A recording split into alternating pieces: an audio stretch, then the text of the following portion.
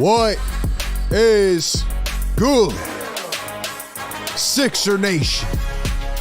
Welcome on in to another edition of Philly Take with RB. We're live on the trade deadline as we are just a couple hours away. Will the Sixers make any more moves? It has been an eventful morning and afternoon. Tons of deals happening, guys moving left and right.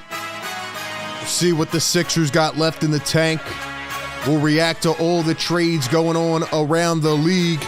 We'll take your phone calls and a whole bunch more. How are we feeling, ladies and gentlemen? How are we feeling? It is the trade deadline day, one of the best of the year. We got some action, man. Time to break it all down. Drop a like on the show. Hit that subscribe button. Let's keep on growing.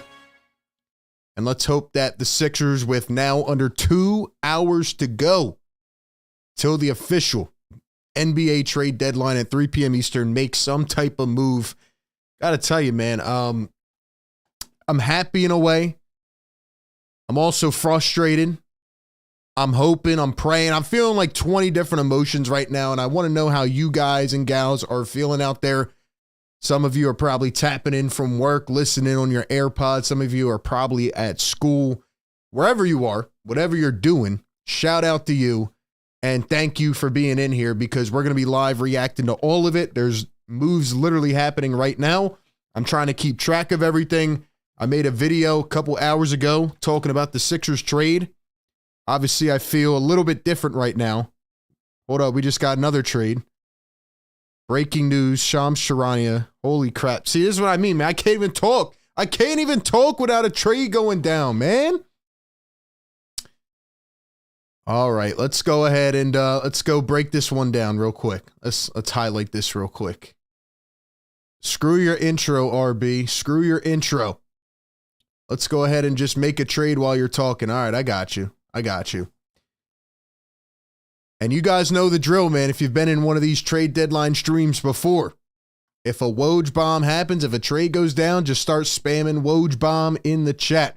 Speaking of which, we got a Woj bomb. We got a Woj bomb. This just in.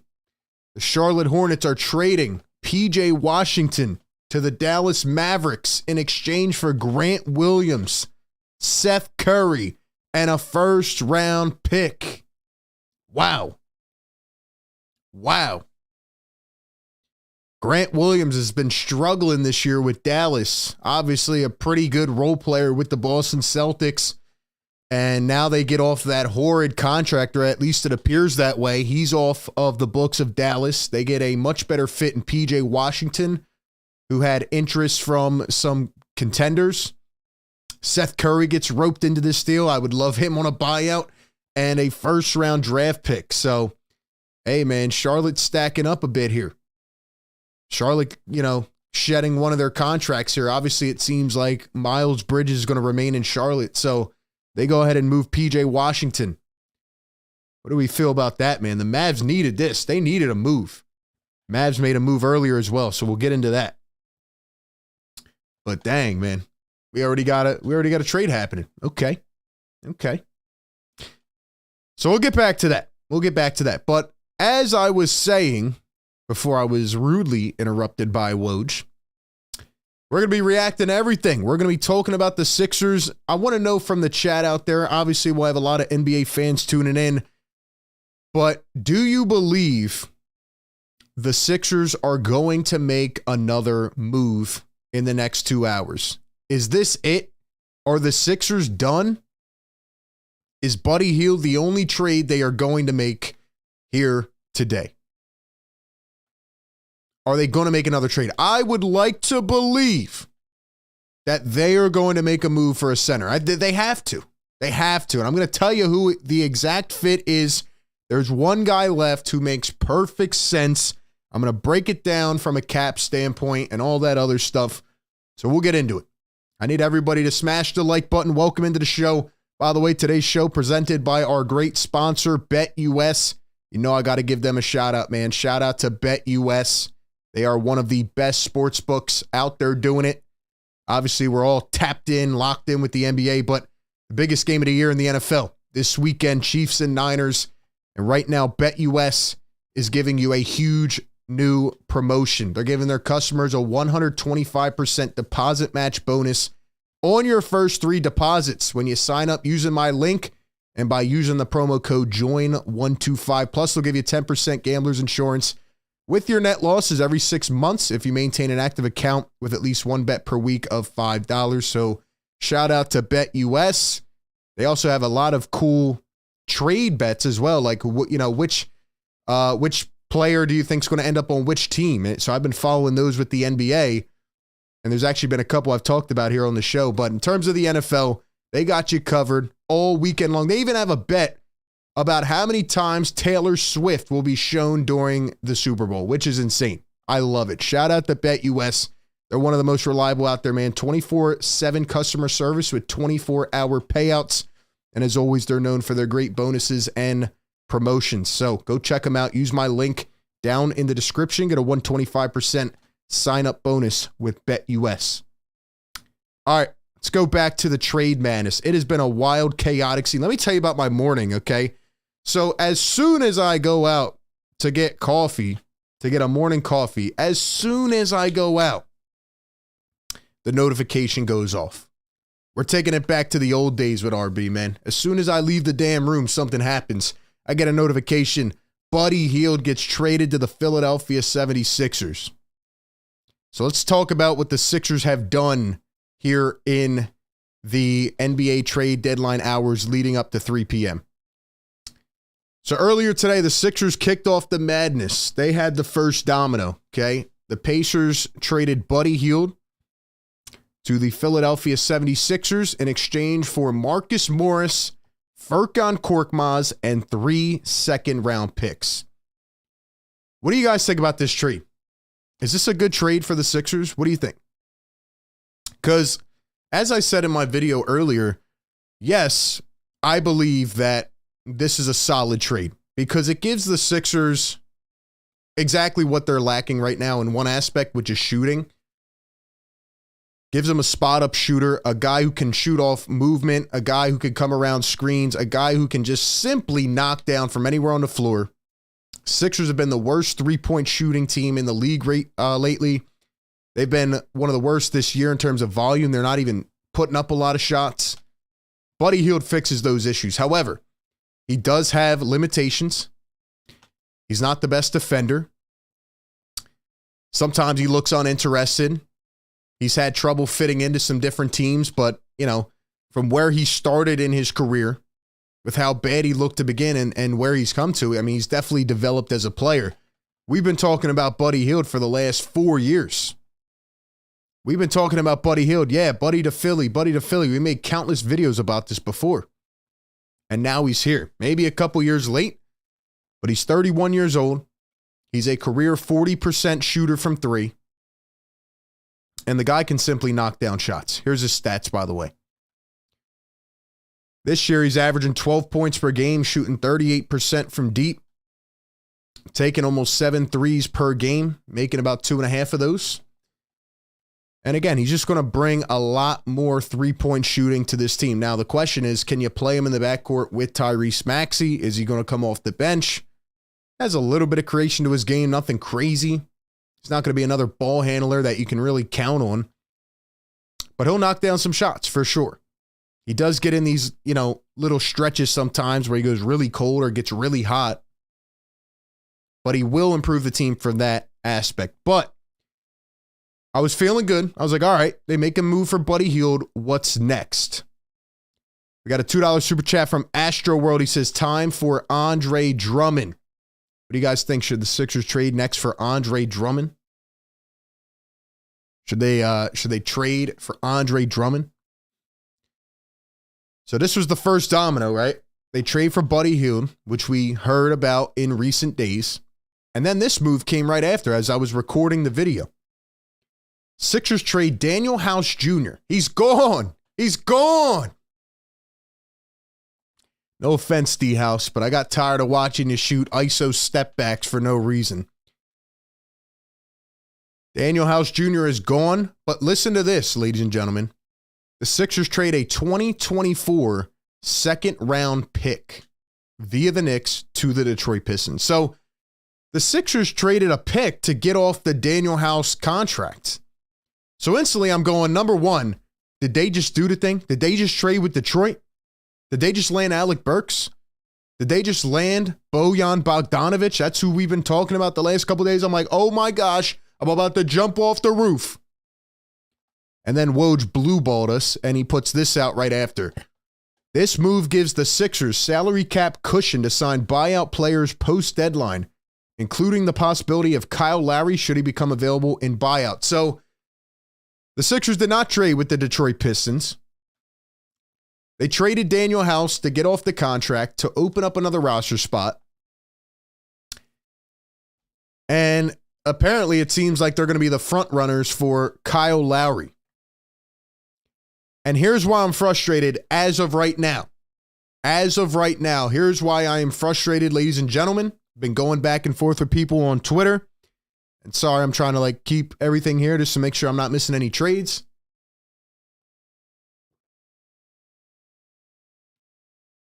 Here is why I am frustrated. Because right after this, guess who goes out and makes a trade with the Detroit Pistons? The New York Knicks. Now, if we have Knicks fans out there, I know some of them tap in here. Congratulations to you guys. The New York Knicks are making a push for the Eastern Conference Finals, ladies and gentlemen. They're making a push. They're making a push for the Eastern Conference Finals. They traded for OG Anunoby. Now they trade for Alec Burks and Bojan Bogdanovic. And here's what they gave up.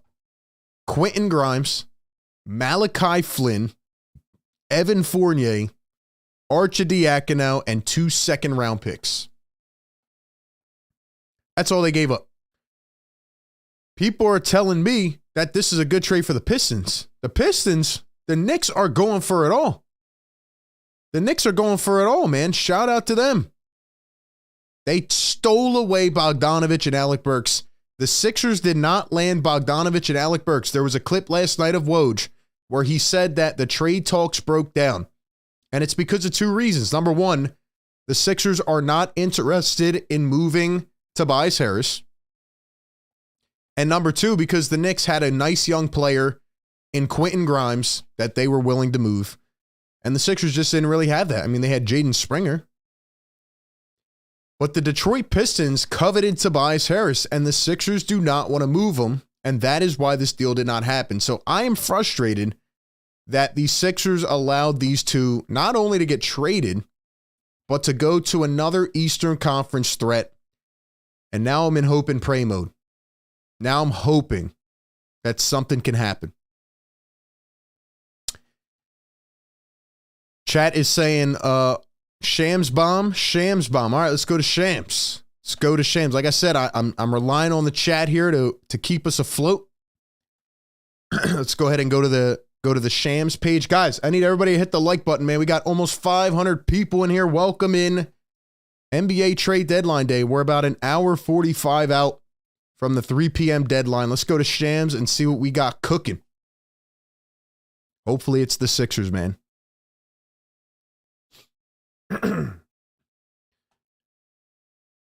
So here is what we have on Shams. Brooklyn Nets finalizing a trade to send Royce O'Neal to the Phoenix Suns for salaries and 3 second-round picks. Wow. That's what they just did.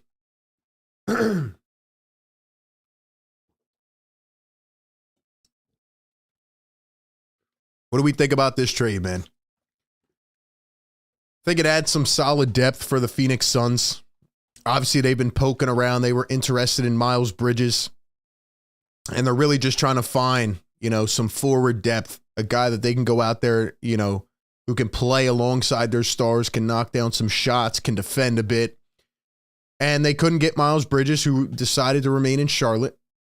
And now they go out and they trade for Royce O'Neal. I'm not going to say it's a bad trade till I see the contracts and the salaries that are in here. But I know Brooklyn also just made another trade recently. Not that one. Here it is.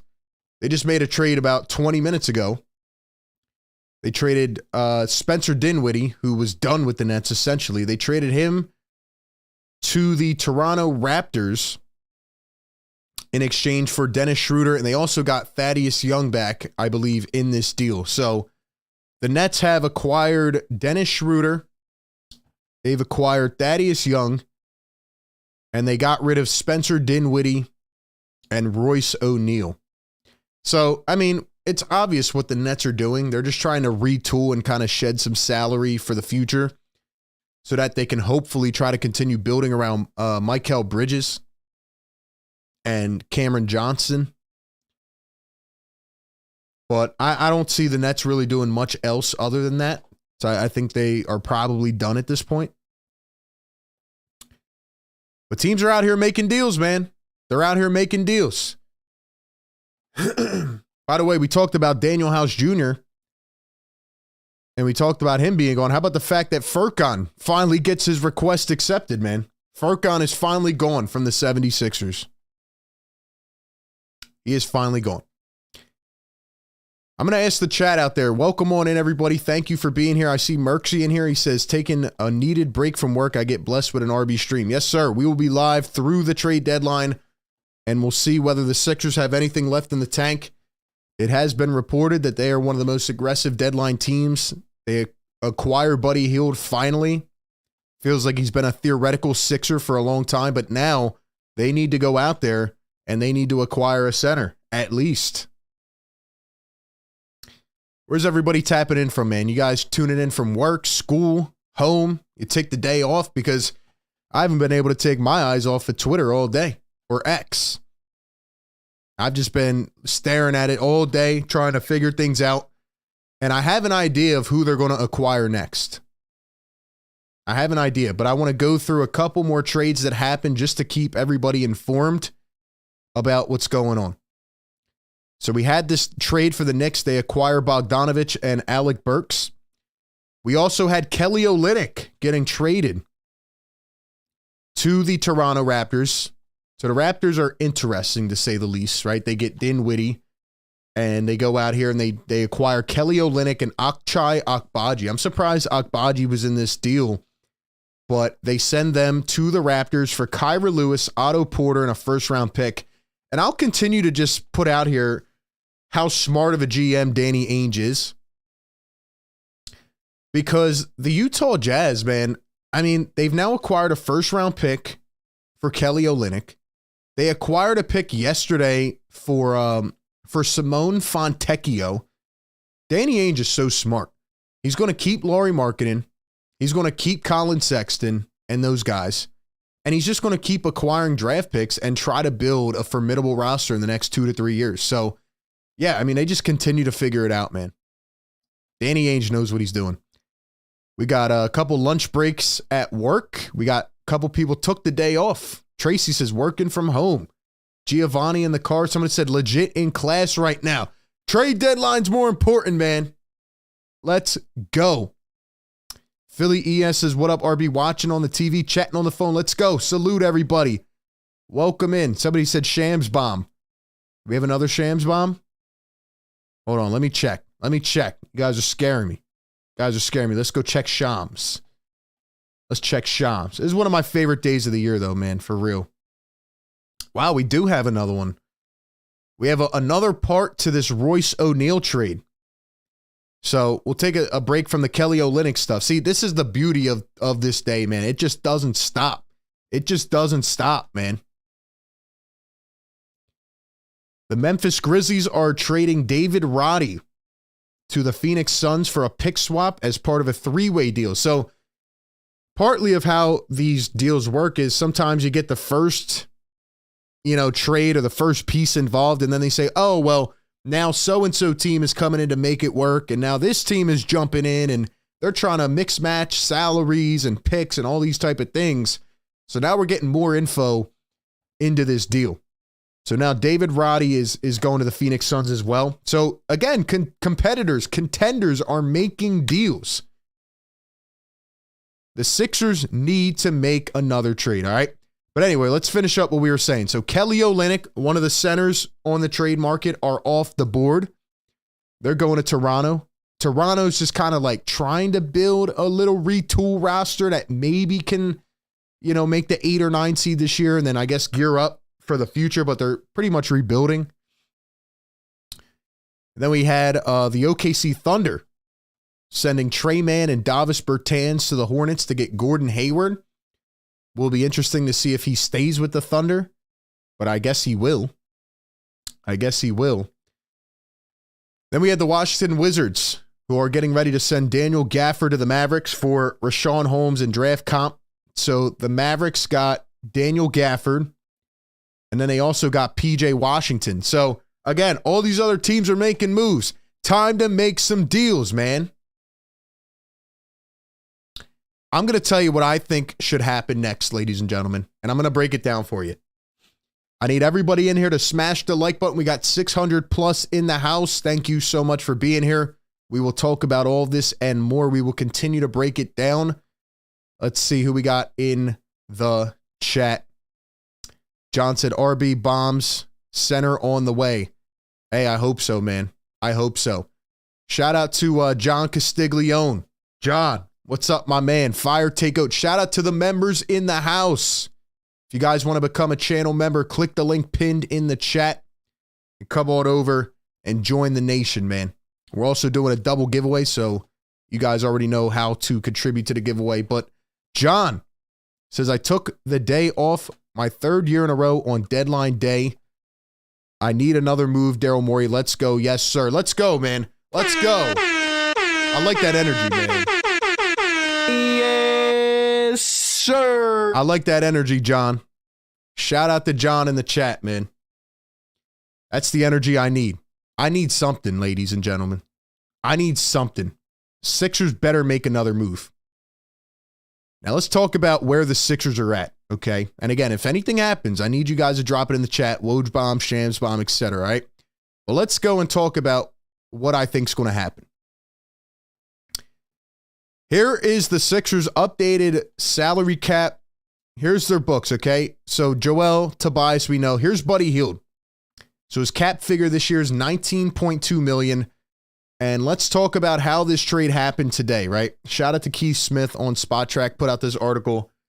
So the incoming salary for the Sixers in this deal is $19.3 million, as we just saw. Their outgoing salary is Marcus Morris, who, by the way, everybody was saying to me, yeah, can't trade Marcus Morris. He got a key to the city. Shout out to Marcus for being a true pro and understanding it's a part of the business, man. At the end of the day, you're an expendable bench piece. That's all you can do. That's all you can do, okay? So, Marcus, thank you for your service. Furkan finally is gone. Can we get a yes, sir, for Furkan Korkmaz? Yes, sir. Furkan finally got his wish. I'm happy for Furky, man.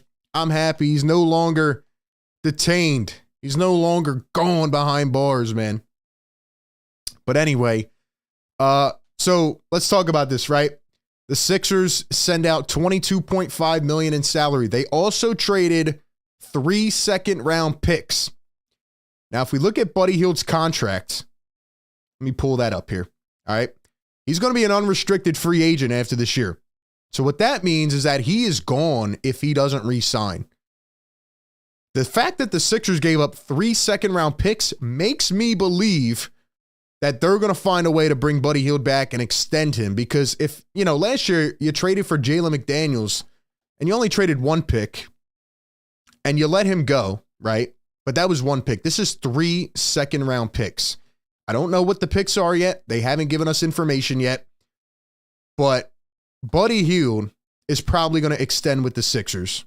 And again, give me your thoughts on that deal. Let me know. But with that being said, we go back to here, right? So essentially, the Sixers sent out $3.2 million more in this deal. And then they made a subsequent trade where they trade Daniel House Jr. So stay with me here, right? They also trade out this deal, They already took it off here, but it was $4.3 million that they send off. So you aggregate those $7.5 million. The Sixers were $4.2 million into the luxury tax. And we know the Sixers ownership, as I said 2 days ago, do not want to pay the tax. Just like they ducked the tax last year with the Thibault move, they have now ducked the tax yet again. So if we go down here, as you can see, their updated current luxury tax space, $3.2 million. The Sixers are now below the tax line, ladies and gentlemen. Does that mean they are done making moves? I sincerely hope not. But here is what I believe is going to happen. Drop some fires in the chat, man. Here is what I believe is going to happen. The Suns made moves. The Celtics made moves. The Mavericks made moves. All the teams that were interested in Andre Drummond made a move. And the Sixers have what's called a trade exception. Let me pull that up so you guys can see it. Here it is. A trade exception. Essentially, you get an exception when you send out more salary than you acquire in a deal.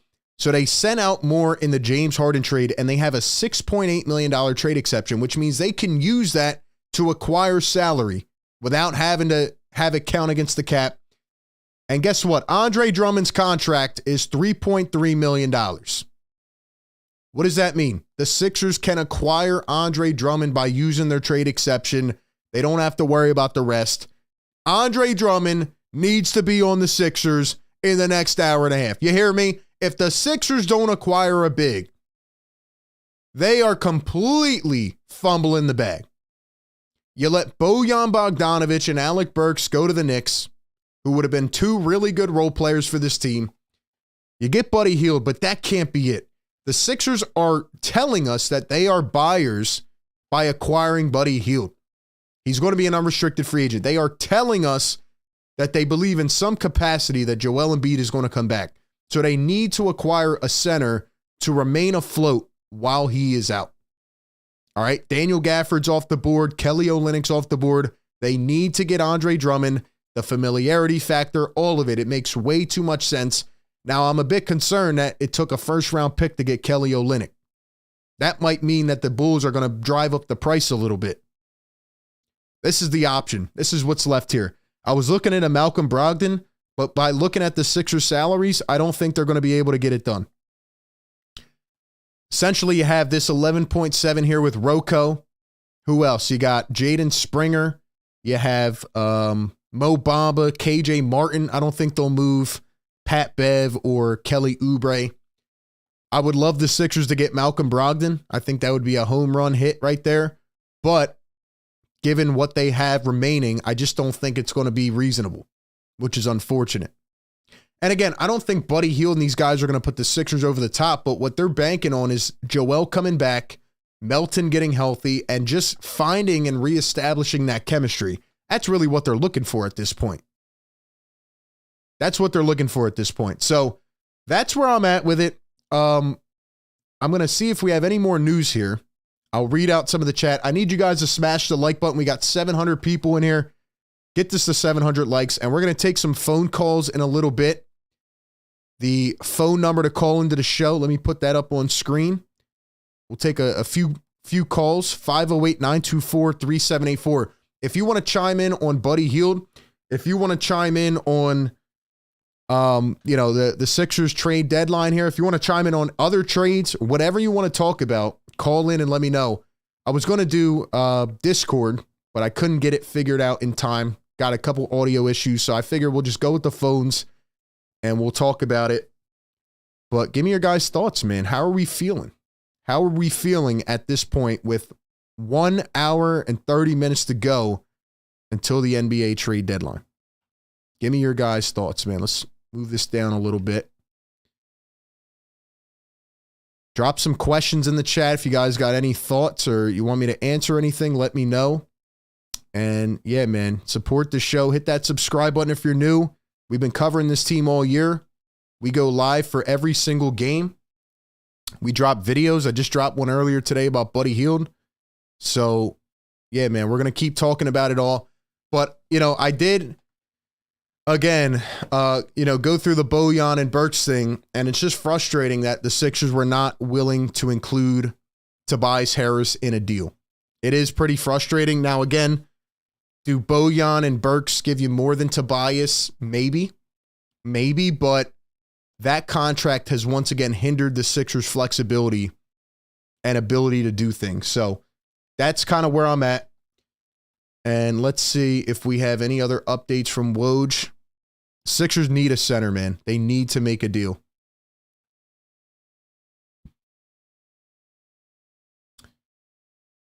We got a $2 super chat from Hayden Azanaro. Says, I low-key wanted Bojan. I thought he would have been great, and it hurts that he's going to the New York Knicks with Alec Burks. Because originally, Woj tweeted out the one deal for Alec Burks, and I'm like, okay, the Sixers can still get Bojan. And then it comes out, and I'm like, damn, man. Let me go ahead and pull this up. Trying to keep things in order here, ladies and gentlemen. Trying to keep things in order here.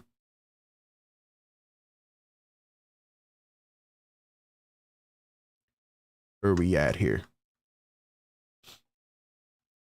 Do you guys think the Sixers are done making moves? They ducked the tax. Are they done? Are they done? I am glad that Daniel House, Furkan, and Morris are gone. It's kind of just like cutting dead weight at this point. What do we think, man? What do we think? Trying to get an updated list of the Sixers draft picks here, but I don't think they've updated it yet based on the Daniel House trade because we don't really know what the deal is yet. We don't really know who else could be included in that deal. In fact, that might end up being a 3-team trade, to be honest. Let's see. Do you think they're going to get Drummond? I think they have to. I think they have to. You have to get a center, man. And it doesn't make sense for the Sixers to stand pat while the Mavericks and the Celtics and the Suns go out and acquire players and all this type of stuff, you know? You got to go out and make something happen, man. Now, again, you got Buddy Hield, and I think he solves an issue for the 76ers. He brings a lot more shooting to the table, and he's going to increase that volume, of course, and he's going to fit well around Joel Embiid if he comes back, etc. But that can't be your only deal. You can't be a half-in type of team, you know? Like, what I feel like right now, if I could visualize this for you, and maybe this won't make any sense, but the New York Knicks are running to the end of the cliff. They're on the edge. They're ready to take the dive, you know? And the Sixers are kind of tiptoeing. They're like, do we want to go? Do I want to see what's over the ledge? Do I want to take a peek? That's what I feel like the Sixers are doing right now. Yeah, we want to be contenders. We want to go and try to make moves, but let's tiptoe our way. Where the Knicks are like, yeah, we're running full speed. We're sprinting.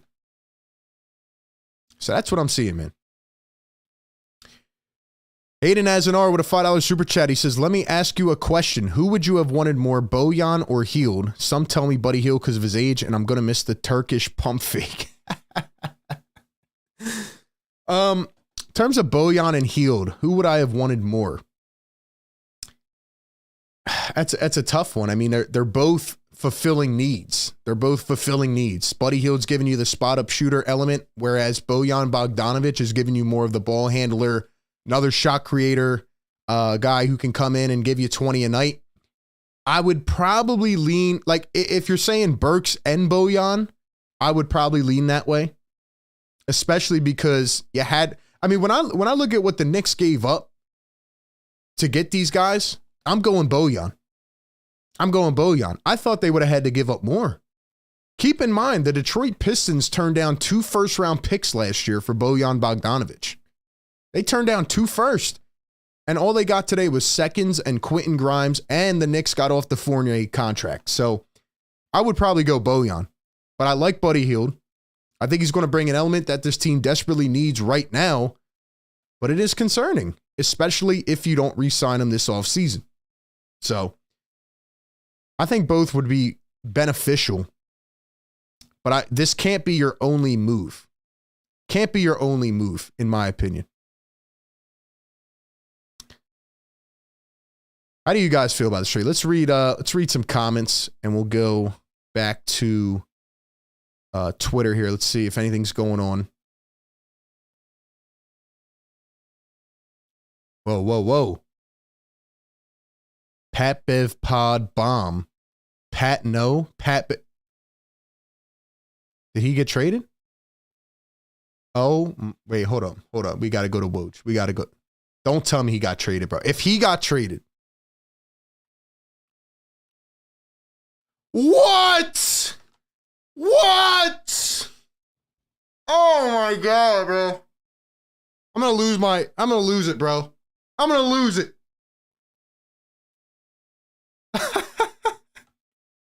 The Sixers are trading Patrick Beverley to the Milwaukee Bucks. What are you doing?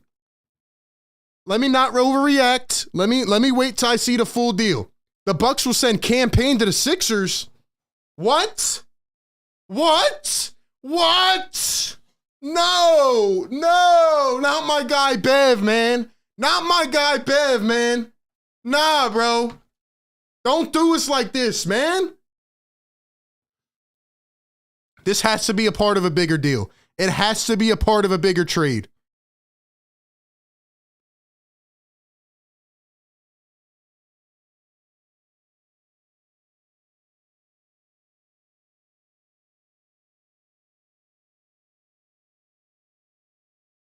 Hold on, bro. I gotta find if there's.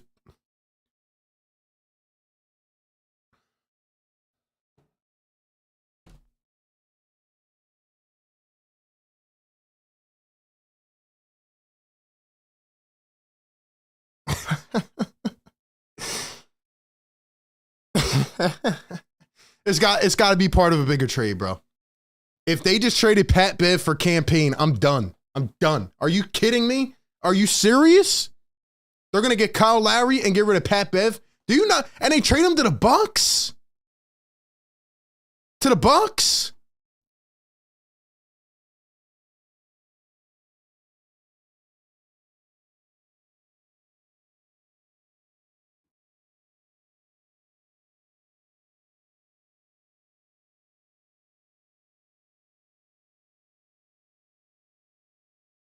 Oh my gosh.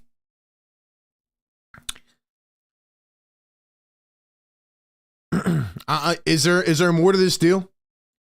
Ladies and gentlemen, let me tell you something, man. Let me tell you something, man.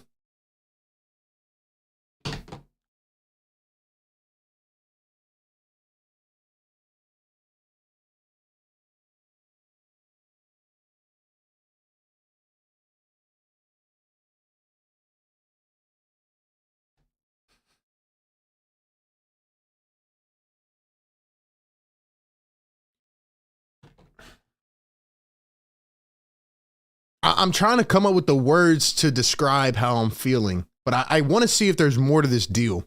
I feel like there has to be another connection here.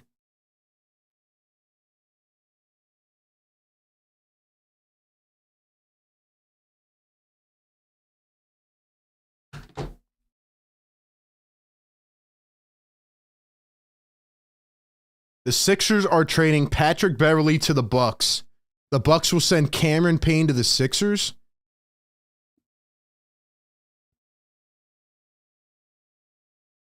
The Bucks are sending a 2027 second round pick to the Sixers in the deal.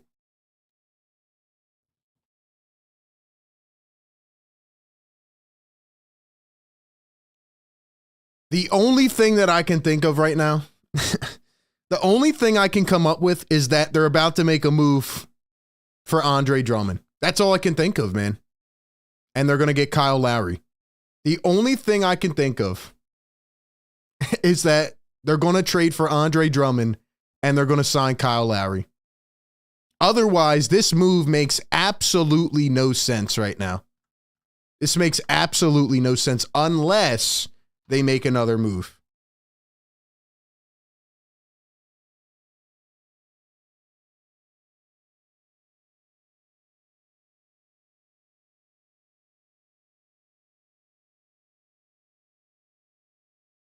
Wow, bro. Wow. Ladies and gentlemen, welcome into the show. We got 900 people in here. I need everybody to hit the like button for my sanity. Get this to 900 likes. Another deal has to be coming, man. Another deal has to be coming. I'm trying to put together the words, and I see the people in the chat saying, oh, you know, he's all pissed over Pat Bev. You don't understand, man. Patrick Beverley has been a quality role player for this team. I've wanted Pat Bev on this team for years, and that's not why I'm saying it. He's not like a top-level player. But if the Sixers are trying to compete, this move makes no sense. You're taking a step backwards unless you're making another trade. That's what I'm saying. I'm not overly pissed off and complaining about Patrick Beverley. I'm just confused. I didn't see this coming, and you trade him to the Bucks, a team who is trying to contend in the East. He's been putting in work, man.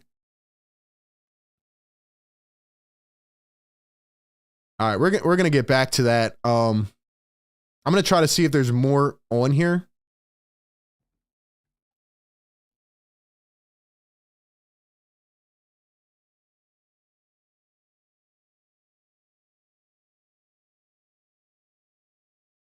Hold on, ladies and gentlemen. I'm trying to do a liar. Guys, call into the show, man. 508-924-3784. The phone number's on the screen. I'm going to take a couple calls while we try to find out what else is going on here.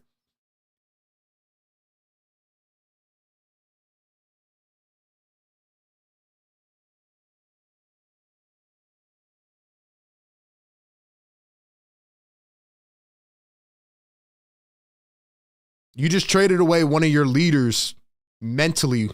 Like, you just traded away one of your dogs, man.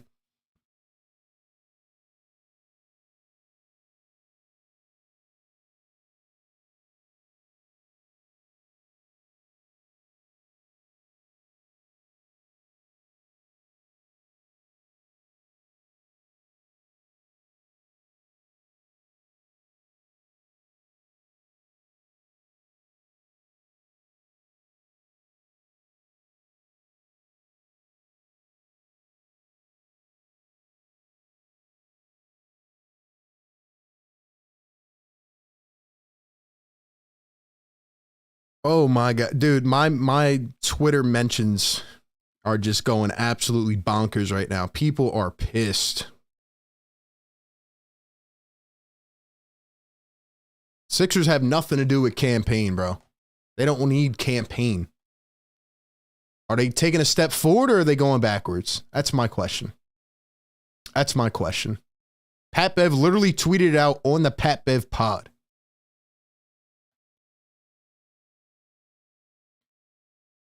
All right, so Jake Fisher just put this out. Sixers are still in conversations with Chicago on Andre Drummond while the Bulls remain engaged elsewhere. Being told Philly is not pursuing DeMar DeRozan. If they land Andre Drummond, if they get Caruso, matter of fact, now that I think about it, Caruso and Drummond, what's that, like 11, 12 million right there? Robert Covington? Am I putting things together? Come on, Philly. Don't let me down, bro. They get Caruso and Drummond, it's over. Then Pat Bev is expendable.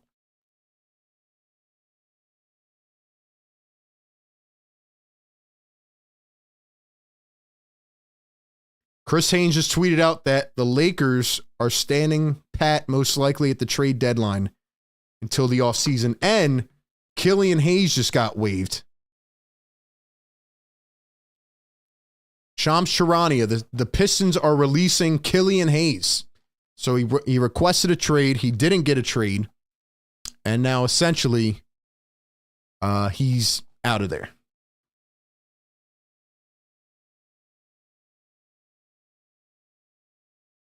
This better not be for Kyle Lowry, man. If that's their only move and they're just getting Kyle Lowry, I'm going to be so frustrated.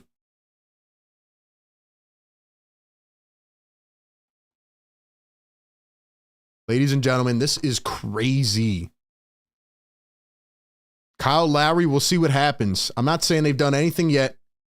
I'm just trying to figure out what's going on here, man. There has to be some more in here. Jake Fisher says that the Sixers are, again, Sixers are trying to get Andre Drummond. How are we feeling, man? I'm sorry. I'm trying to read the chat as well. If I missed any super chats. Ping Boy member for 20 months has literally shed a tear, Pat. Best of luck to you. Let me just make sure that nothing else is going on here, man. The Sixers have to make another move now, right? This has to be for Andre Drummond. I know I'm freaking out. I'm overreacting because I like Pat Bev. Something else has to happen here, right, ladies and gentlemen? Right? Give me some hope, man. We'll go to a few phone calls. We'll go to the phone lines in just a second. 508-924-3784. 970 in the chat. Hit that thumbs up. We're live reacting to the madness on trade deadline day.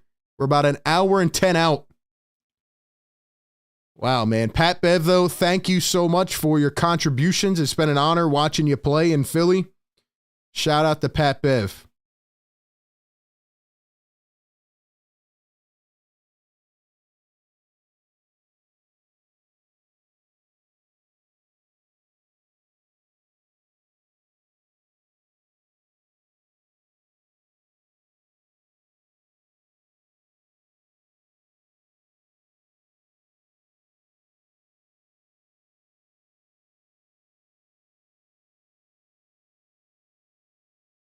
I can't believe they traded him to the Bucks, though. Let's see. Where's my members at in here? Mike Lowry, what's up, man? KP, what's going on? Pat Cope says Knicks, Celtics, and Bucks all got better. Bro, I'm sick. Pat Bev got the heart. Pat Bev is live. Love his podcast. Chris Hayes, bomb. All right, man. You got it's chat's going nuts right now. Let's see if we can get something cooking here, man. If this is Drummond and Caruso, Daryl Morey, I will personally drive and hug you, man.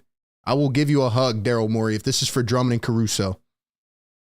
Please, please, give us something, man. Give us something, man.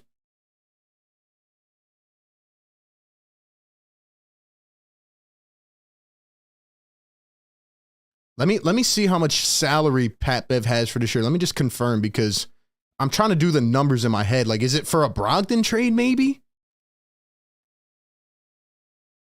Patrick Beverly contract, $2 million. So if you were to aggregate, say, Covington, 11.7. I'm doing math in my head here. KJ Martin, Mo Bamba, sitting at around, I think, 18 million.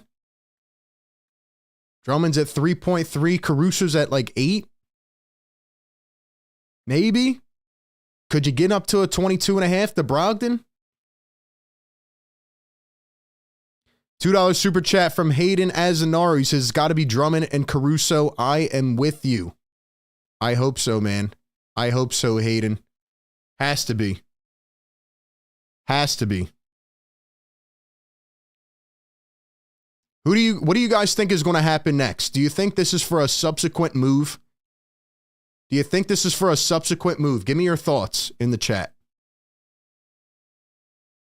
I'm just trying to see if I can find anything else out before we go to the phones, because right now I'm pretty confused, man. I'll be honest.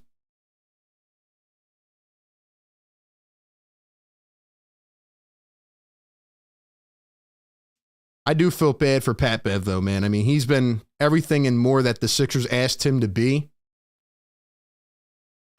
I just want to know, are they taking a step forward or backwards? I'm trying to get some insight from some of the Sixer reporters, the beat guys. Maybe have more info on this.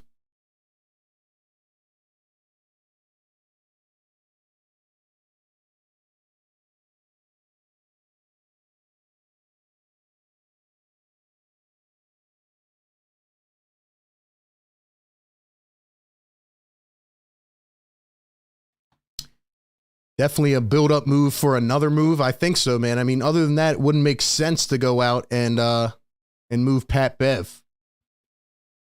See if we can get another update here. So Killian Hayes released.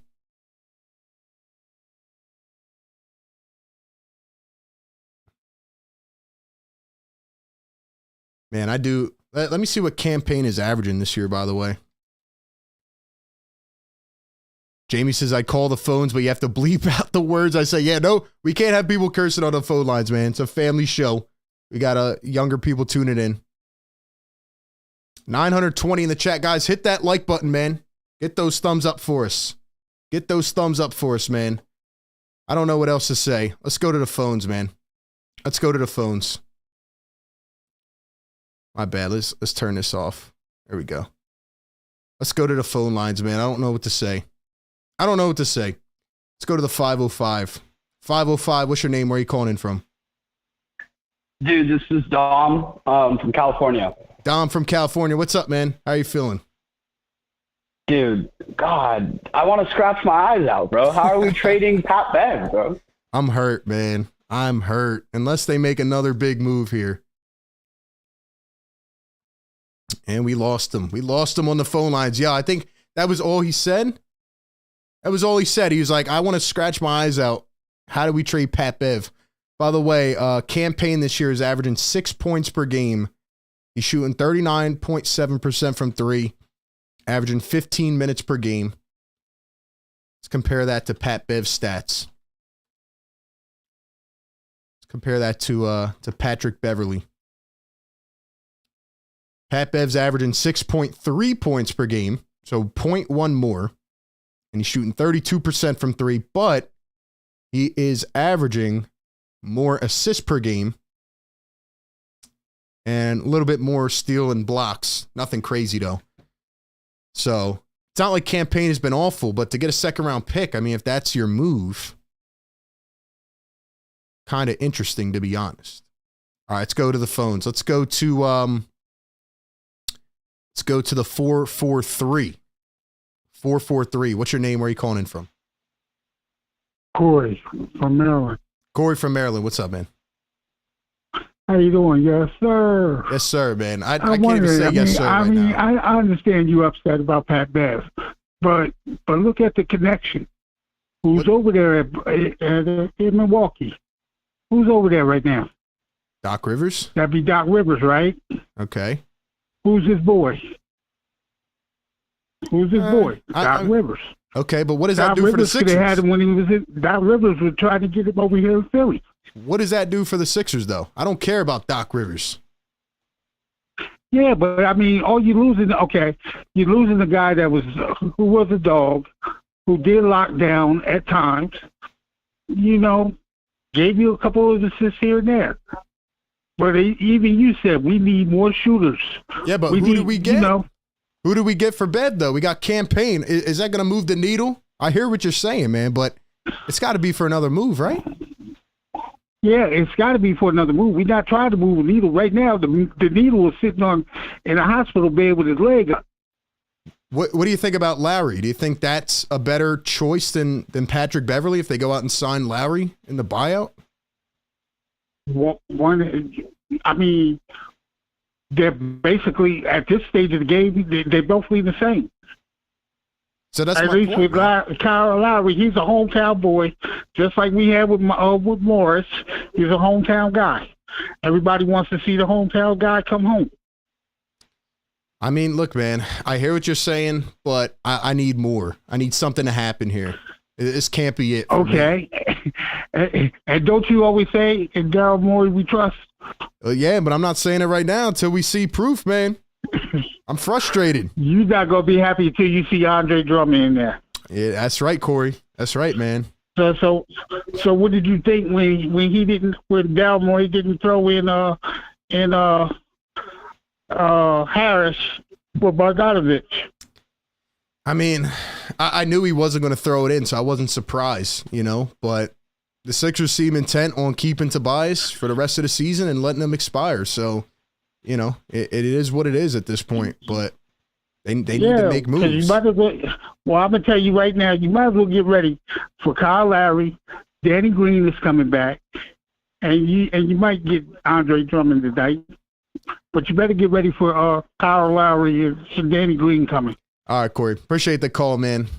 Thank you for soiling my day. No, I'm just kidding. But if the Sixers bring back Danny Green and Kyle Lowry in the buyout market, and that's your only moves, you're not serious. You're not serious. You're You're telling me, oh, well, Doc Rivers has a connection with Pat Bev. I don't care about Milwaukee. They stink right now. They're terrible. I need to know what the Sixers are going to do, because you don't go out and trade one of your mental leaders, a guy who has been spoken about highly, who has been literally acquired by Daryl Morey like 2 or 3 times for nothing. To get a second-round pick? Nah, I'm not buying it. I'm not buying it, man. Something else has to be working here. Let's go to another call, man. Let's go to the 856. 856. What's your name? Where are you calling from? I am Daniel and calling from Kansas. Daniel from Kansas. Can you just turn the stream down a little bit in the back? Hearing it a little bit. Yeah. Sorry about that. Yeah. So honestly, I feel as if Morey needs to get lessons from Howie Roseman on like making trades and everything, because like the Pat Bev trade, like you said, was like not really a good one, and especially like sending Pat Bev to Doc Rivers and the Bucks after like a 1-4 when Doc Rivers started. Yeah. Like I feel like that was like one of the worst things that we could do for Pat Bev. No, yeah, I agree. And if there's no subsequent move, which I have to believe there's something else that'll happen here, which maybe will make me feel better. But if not, then I just don't see how it makes sense at all. It doesn't make sense that you would trade Pat Bev in your conference to a team like the Bucks, who obviously needs a leader like that. Yeah, that is. I honestly totally agree with that. Like, I mean, like if we can get Drummond and Caruso, that will be like amazing. And then like adding Lowry to like maybe like the buyout part, like that would definitely be a big help. But I really did like the Buddy Hield trade. Like, I mean, like being able to get him like as the sharpshooter shooting guard, like that would help out like with the perimeter and everything. And then like having him along with Maxey would be even better. Yeah. No, I think it's a good deal from a player's standpoint. Like, you bring in a guy who's going to shoot a lot more threes, who's going to be able to space the floor a bit. I mean, it makes sense from that standpoint. You definitely got better with the Buddy Hield trade for sure, cutting some of the dead weight with this team. But I still think there has to be another move, or else it's kind of just for waste, in my opinion. Yeah, definitely. I just really didn't want to see Pat Bev go. He was like a really good guy. Yeah, absolutely, man. I feel like just adding like Andre Drummond as like an aggressive rebounder to go with like Paul Reed and Joel Embiid as like the backups kind of thing. Yeah, that'll be like a really good idea. Yeah, no, I agree, man. Daniel, appreciate the call. Like I said, we can't have anybody on too long just in case moves happen, but shout out to the callers. Give me your thoughts, guys. If you want to call in about Pat Bev, if you're frustrated, give me your thoughts. Let me know. Look, Pat Bev was supposed to come in here on a minimum deal and just bring some of that toughness. We didn't know what to expect. He has played his ass off this year, and campaign has not been bad, but I just think the intangible stuff that Bev has provided to this team, it strikes me a little bit as intriguing that you've now traded your whole bench, or the guys that have been playing. Obviously, you got injuries and all, but Pat Bev's been filling up a lot of minutes. Marcus Morris, even Furkan's been playing recently. You got rid of all these guys. So now what? Right? Who's going to be the bench for this team? Campaign? Is that it? $2 super chat from Sway Venzi says, I swear I'm done. This is ridiculous. Shout out to Sway in the chat. What do we think, man? What do we think? Murray's getting traded. He sat with back soreness last night. I don't know. I haven't heard many rumblings about DeJounte Murray today. Trying to see if we have any updates here, but according to Jake Fisher, like I said, Jake Fisher reported that the Sixers are still in contact with the Bulls, so I would imagine that they have to be the front runners for Andre Drummond.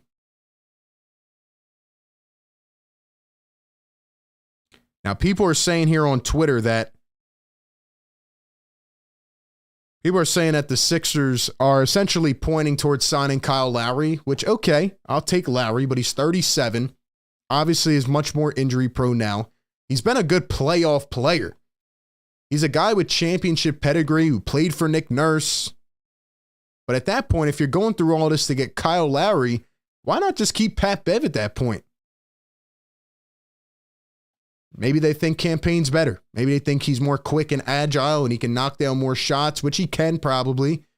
But he doesn't have that intangible leadership mentality of Patrick Beverley that has helped this team. Bev is a professional. So, man, we'll see how it plays out. Guys, we got 1,000 people in the chat. 1K in the building.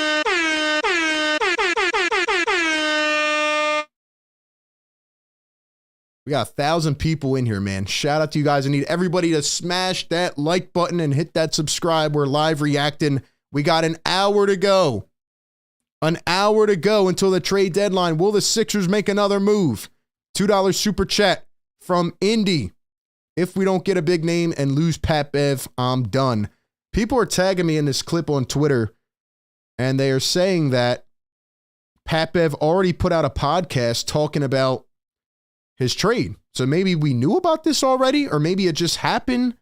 I don't know. Let's check. All right, we got a clip from Pat Bev. Let's listen in, guys. First time listening. Let's go. Let's listen to this and see what we have. You think I'm getting traded? No. Imagine they trade me, Philly. Oh, no. This was before. I saw this clip before. Go crazy. We riot. Yo, if Pat Bev gets traded, we're flipping cars. They better grease the poles if you get traded because we're burning down City Hall. Imagine I get traded. Are you sick? I can't even imagine it. It would do bad things to the crime rate in the city. No. And that's a promise. That's not. Uh-oh. Lock all windows and doors, man. Lock all windows and doors.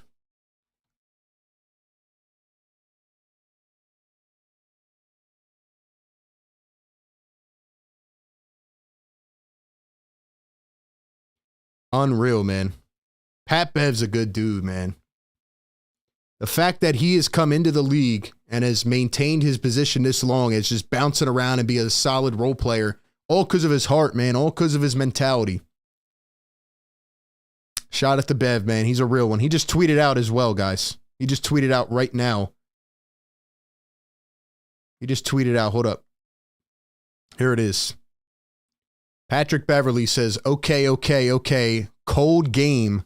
Philly love, gang. Damn, bro. Damn, man. Bev is gone. Daryl, if you don't have another trade in mind, if you don't have another domino to fall, you got to revoke this trade. You got to hit him with the final, oh, my bad, change of heart. Jeez, man. I don't know what to make of it. We'll go one more call and then we'll see what else happens. We got, 55 minutes till the trade deadline. Let's go to the 215 on the phone lines. 215. What's your name? Where are you calling in from? Yo, it's Thomas from PA. Thomas from PA. What's up, man? What's going on? Yeah, I mean, Pat Bev, I loved him to death, but let's be real, he wasn't anything great. And I think Nurse liked what he was seeing out of Springer, especially these last few games covering Luka and Steph. So I think he'll probably get his minutes now. See, the issue with that is that the issue is that that's not moving a needle, Thomas. That's not moving a needle. Jaden Springer, are we supposed to be more confident in that going forward into the playoffs? Come on, man. No, I mean, I just think they liked what he was seeing, and defensively, I think he does more than Bev. I agree. I don't think we're done yet. I mean, I hope not. I mean, this can't be it. You got to do something else. Yeah. I'm in the same boat, hoping for Caruso and Drummond, but even then, I don't know, man. I feel like we're still lacking on offense. I mean, the Sixers definitely have some gaping holes, man, but I just feel like if you make the Buddy Hield trade, you're signaling that, all right, we want to take a step in that direction to still try to be at least somewhat competitive, but without another move, you're kind of just, you're empty in a sense, Yeah, it's tough. I really don't see us doing doing anything this playoffs, unfortunately. I just don't think we have enough, even if we do another trade. But, yeah, we'll see. Hope so, man. Thomas, appreciate the call. I need somebody to call in with some energy, man. I need somebody to give me some hope here. Trying to stay on Jake Fisher and see if we got any other subsequent moves going on here. Chat, how are we feeling? Let's read some comments. Pat says Springer will not get playoff minutes. Crawley says Caruso should happen, probably won't. Jay Balvin says team chemistry is gone. You lose a lot more than just what you see in the box score with Pat Bev. You lose a lot more than what you see on the box score with Pat Bev. I don't think Campaign is going to be playable in the playoffs. We've been talking about, is Patrick Beverley a playoff player? He's almost worked his way into that, to be honest with you, with how good he has played. And I know there's probably Sixer fans or NBA fans out there that are saying, oh, why are these people going crazy over Patrick Beverley? It's not that he's like some top player, but he's brought an element not only of skill and, you know, his ability to run the bench, which is pretty weak right now, but it's more of his mentality. Like the guy gives it 110% every night, and that is what Philadelphia loves. They love it to death. And man, I mean, he's been pretty good. He's been pretty good. So I'm a bit confused. As I said a bit earlier, though, guys, Andre Drummond, his contract for this year is $3.3 million. He'll be a free agent after the year. And right now, the Sixers do have a trade exception from the James Harden trade worth $6.8 million, meaning that they could acquire Andre Drummond. They could absolutely acquire Andre Drummond with their trade exception. And that's what I'm hoping for. That's what I'm hoping for. Let me pull that up.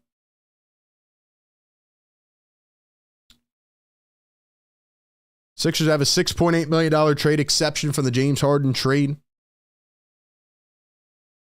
So they can acquire Andre Drummond with that.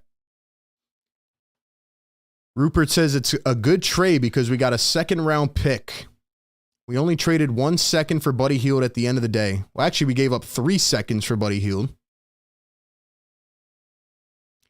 KZ says Pat Bev lights a fire under the guys on the team. Pingboy says House got cut. Would he get cut by the Pistons? Let's go ahead and check. We got another bomb here. Let's see. Let's see.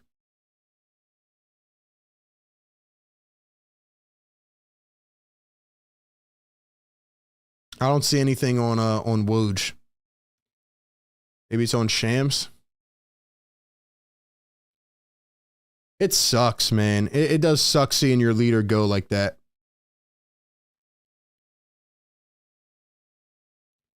There we go.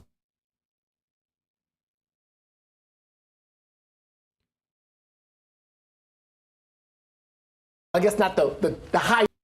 Turn that off. So I'm not going to put it up because they're playing a whole live stream here, but Sham says Detroit has waived Daniel House Jr. Sources tell The Athletic, expect multiple contenders to pursue Daniel House in free agency. Good luck, man. Good luck. Good luck. Wow. Wow. Okay.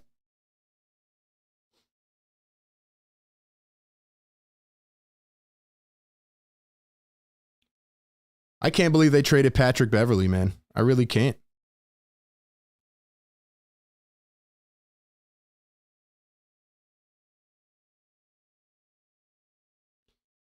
Let's look up Kyle Lowry's stats for this year.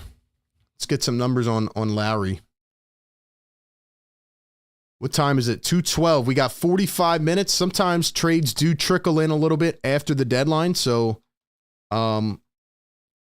maybe something will happen, but Andre Drummond, it seems like I don't get what the Chicago Bulls are doing. If they really think that they're going to, stay in the mix, if they think they're going to make the play in and be good, like I just don't understand it. They should just trade all their guys while they're at this high of value.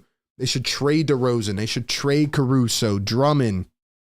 I don't understand what they're doing.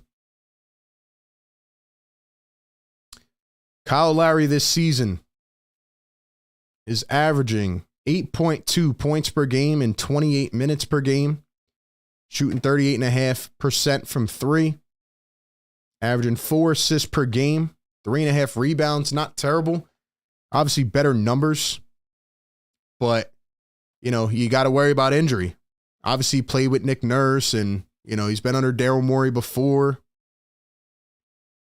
But it's not like you're sitting here going, oh, well, Kyle Lowry's a sure thing to show up in the playoffs. I know he had a good run last year with Miami, but it's a big risk if you're asking me.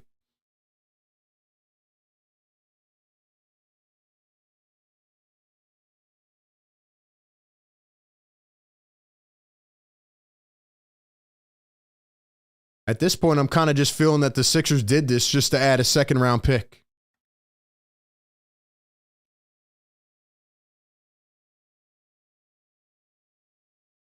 Daryl Morey has work to do, man. He has work to do. He's got to get a center in here. He's got to get a center in here. He's got to get a center in here. There's no ifs, ands, or buts. We've seen what this team has looked like. They've lacked interior defense. They've lacked any type of prominent post presence the last 5 games. They need to do something, man. KP with a $10 super chat. He says, Pat Bev, the veteran leader of this team. He gave this team toughness and held players accountable. It wasn't just the coaching or lack of talent to get past the second round. It was also the lack of toughness. That is a good point. It's a very good point from KP. We thought PJ Tucker was going to be that guy. We thought others were going to be that guy. Pat Bev was that guy. So beyond the stat sheet, we saw what he was able to do, right? Just coming in, being kind of that player coach and bringing that certain mentality, just being a dog in every aspect. It does suck. It's not the end of the world if you can get another piece now.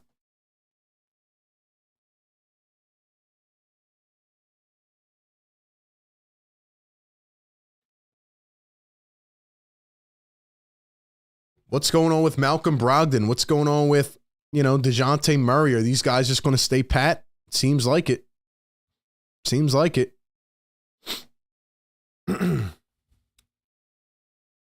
Appreciate everybody being in the house, man. Appreciate everybody in here, man. We got almost 1,000 people still. Hit that like button. We are 45 minutes away.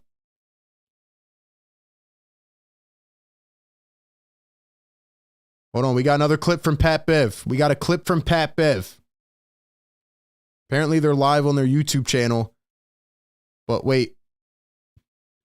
Pat Bev said on his podcast that Morey told him he was not getting traded right after the Denver game. You know what that tells me, ladies and gentlemen? That tells me this was on a whim then. Unless Daryl Morey straight up lied to his face, and we heard James Harden say Daryl Morey's a liar. But maybe, just maybe, a move has come up here in recent, not going to say minutes, but maybe in the recent hour or recent 2 hours.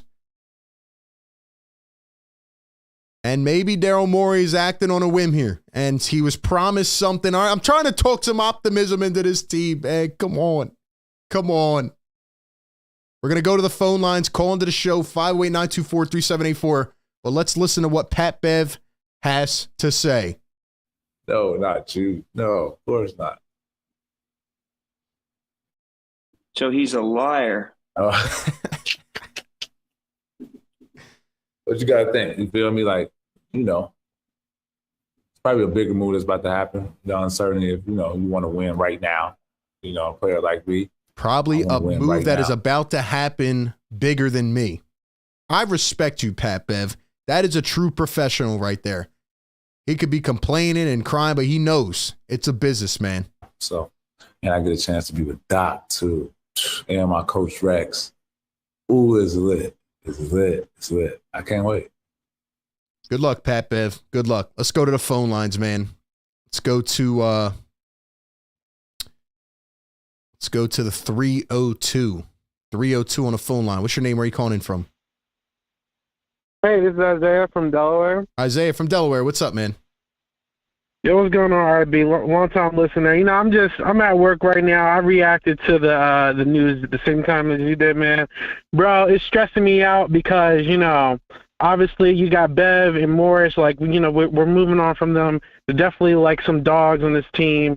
Definitely some energy. You know, it just makes you wonder, are we really going all in this season, especially with this whole Joel injury? Like, are we starting to look towards the off season, or are we really, like, in some big grand scheme trying to go after someone? I'm not really sure what our plan is right now. Like, I know Campaign is a good ball handler and everything, but I don't know. How do you think we're still going for a chip right now, or do you think this is going to be a next season project? Well, Isaiah, I'll be able to answer that better in 45 minutes. But what I will say is that they traded for Buddy Hield knowing he's on an expiring contract. They gave up 3 second-round picks. So I have to believe that they are making a push, hoping that Joel can come back. Because you don't make that move for Buddy Hield if you're just going to punt the rest of the season. You know what I mean? So I would like to believe something else is about to happen. Right, because with how we're standing right now with all these expiring contracts, it's starting to look like, I mean, maybe you know better than I do of how much cap space we have going into the next offseason. I don't even know who's available, but I don't think anything we've done so far is really going to push us over the hump, and I'm just really concerned right now. No, absolutely, and it's fair to feel that way. The Sixers are projected to have, $55 million in cap space, but I want to go back to something that Daryl Morey kind of alluded to even when the Sixers traded Harden. He kept saying, don't judge our roster right now. Don't judge us what we look like after that trade. We get these first round picks, we have assets, but the whole thinking was, all right, we're going to flip those assets and get another big piece. And here we are yet again, and they haven't really done that. They haven't used those assets, and maybe they're just so fascinated on this cap space plan. But like you said, there's uncertainty. Who knows who's going to be available in 5 months? If you think you have a chance to win, go do something right now. Especially with our track record where, we always have these grandiose plans to go after big players, and then we get to the off season and it just doesn't fall through. You know what I'm saying? So every time. I just hope they take whatever few minutes, hours, however much time we have left to sign somebody just to make this all make sense. I like the whole Caruso and Drummond idea that you threw out. I hope they follow through with it. But, it's getting spooky, man. So I had to air this out with someone because I literally screamed when I heard that news. I said, what? It's wild. Isaiah, appreciate the call, man. That's the energy I need, man. That's a great call right there. That's a great call. Nick Marchetti in the YouTube chat says, Harden was right. Daryl is a snake and clown. Damn. People are pissed. I can't blame you right now. We need answers. Something has to be happening. Something has to be on the way, man. Let's go to the phones. One more call here for the moment. Let's go to, let's see. Let's go to the 717. 717. What's your name? Where are you calling in from? Yo, RB, it's Nelson from PA. Can you hear me? Nelson from PA, loud and clear. What's up, man? Yo, dude, what's happening? What's happening, bro? This can't be real. Tobias Harris is still on this team after 4 years of disastrous basketball. How do we trade Pat? What is happening, dude? Like, bro, I'm trying to rock with the Sixers. I grew up watching the Sixers. I'm the biggest AI fan of all time. We need to go back to the finals, man. AI did it all by himself. Joel Embiid can do it all by himself, but he has to stay healthy. We got to put somebody around him. We got to do something, man. We have to do something. This is making no sense. Campaign. Dude, I'm letting you have the floor, man. Just go ahead. Like, I'm enjoying this. Finally, somebody calls in with some energy. I mean, what are we waiting for, man? Bring Andre Drummond back. We got to get Caruso, DeMar DeRozan. Like, dude, there's so many things that we could do. You're not making a trade because you want to hold on to Tobias Harris? And you had a caller call in the other week. Man, I played D1 basketball, man. Tobias Harris is nice at basketball, man. He's nice at basketball. Put him on another team, and here after, my ass, motherfucker, do you watch the Sixers? Do you watch them? He backs down 6-foot point guards, shoots a little 10-foot jump shot instead of laying it up, instead of dunking it. What are we doing here, man? What is Morey doing? He has 35 minutes, bro. He has 35 minutes to make something happen, or we riot, dog. We riot. You traded Pat Bev for Campaign. Oh man, Nelson, thank you, bro. I've been waiting for somebody to call in with this level of intensity, man. You got fires going in the chat. Like, this is how I'm feeling on the inside. And I got people calling in telling me, oh, we're good. You know, we'll be fine. We'll play Jaden Springer. Come on, man. We need to do something. Keep us alive, Sixers. Come on, man. Could you imagine Jaden Springer shooting a three in the playoffs with 2 seconds left and we're down 2 and he just airball? Like, come on, man, what do we do? There's so many. It's so frustrating, man. Like we're so close, dude. We have Joel Embiid. We have the best basketball player in the world. Tyrese Maxey is on a whole nother level. I don't know what's been going on lately, but all we need is just one more piece, bro, and Tobias Harris isn't it, but his contract could get us there. You know what I'm saying? I know what you're exactly saying. Nelson, A1 call right there, man. We got a lot of people waiting to call in, but Nelson, guys, rate that call in the chat. Drop a fire if you thought that was fire, man.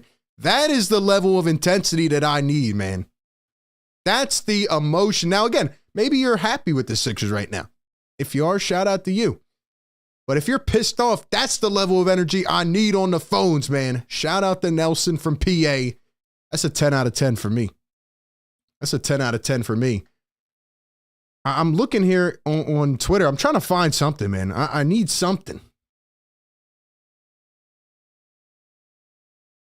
Oh, wait, hold up. We got something just happened right now. Hold up. Let's see. We got Brett Siegel. We've been quoting this guy a lot recently. Brett, I hope you're right, man. He says, the Bulls are expected to hold on to DeMar DeRozan, Zach LaVine, and Alex Caruso past today's 3 p.m. trade deadline. Andre Drummond remains a player the Sixers and Bulls have discussed in trade talks. So, all signs lead to Andre Drummond to the 76ers. It makes way too much sense. But how many? How many picks is it going to take? And if you're not getting Caruso, is Drummond and Buddy Hield going to be enough? Is that going to be enough? I said earlier, I tweeted out, if you could get Malcolm Brogdon somehow and Andre Drummond, I think that's a win of a deadline. But I think Caruso's contract is really beneficial. I think it's really beneficial, man.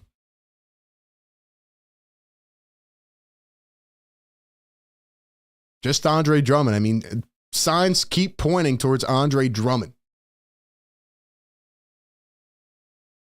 I'm literally thinking about going to the bathroom just hoping that Drummond gets traded. Because every time I leave, as the OGs know, every time I leave the room, something happens. I'm literally thinking about going to the bathroom just to hope something happens. Beast says Drummond's not moving the needle at all.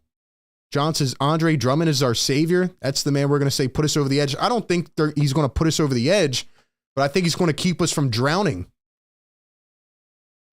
If the Sixers don't get another center, they're going to drown. They're not winning more than... How many games are left? Like 31, 32? I wouldn't have them winning more than 10 games if they don't trade for a center. That's my opinion, though. But I'll go to the phones. I'll take another call. We got a ton of people waiting to get in. Appreciate you being here. Need everybody to hit the like button. Get this to 1,000 likes. Get it to the 1K, man. Let's go to the 717. 717. What's your name? Where are you calling in from? Calling from PA. I'm just trying to figure out why everybody keeps saying get Andre Drummond like he about to come drop 20 or 30 points a night, like Joel Embiid not coming back. Like, what's going on? Daryl Morey promised us a superstar, so we need a superstar. Maxey can't do it by himself. Even when Embiid come back, we don't know if he's going to be healthy or not to even drop 30 again. So what does everybody keep talking about Andre Drummond? Well, I think they're talking about Drummond because I think they need another center. You're not going to survive with B-Ball Paul and Mo Bamba. But I do agree with you that I feel like the hope should be to get another big piece. DeMarcus Cousins or somebody. Y'all keep saying Andre Drummond. All he's going to do is get us a couple rebounds. DeMarcus Cousins is in China. He's done. He's washed. Washed like a blanket, bro. Come on. Come on, be real. DeMarcus Cousins out there. It's like, even if not that, it's other players out there that can just get us rebounds. We need another superstar. Who else is out there? Tobias Harris ass. He not doing nothing. Who else is out there? What other centers are out there right now? That's what we supposed to be trading for. So it's like every move we just made was just stupid. That's what I'm asking now. Who, other than DeMarcus Cousins and Andre Drummond? Who else? I mean, you could go mess with the Lakers. You got who mess with the Lakers? You can go mess with Dallas. You got Seth Curry that just stay on the bench all day. Like, there's a lot of players you can go and get. You can go and get Andrew Wiggins probably for a cheap price. It's like, why is we just sitting back letting everybody go and get these big name players, and we go and get all these corny players? All right, man. Appreciate the call. First off, Andrew Wiggins has a huge contract for the next several years. I understand what he's saying about the big name star. Like, he had me there. Like, you need another guy with firepower. I agree with that. But then he starts talking about DeMarcus Cousins. That boy is washed. Come on, man. You can't go to DeMarcus Cousins. He's right. Dallas has made moves. They picked up a couple pieces. The Celtics picked up a couple pieces. The Suns picked up a couple pieces. Sixers need a big man. They're not going to survive with Mo Bamba. Trying to tell you, man.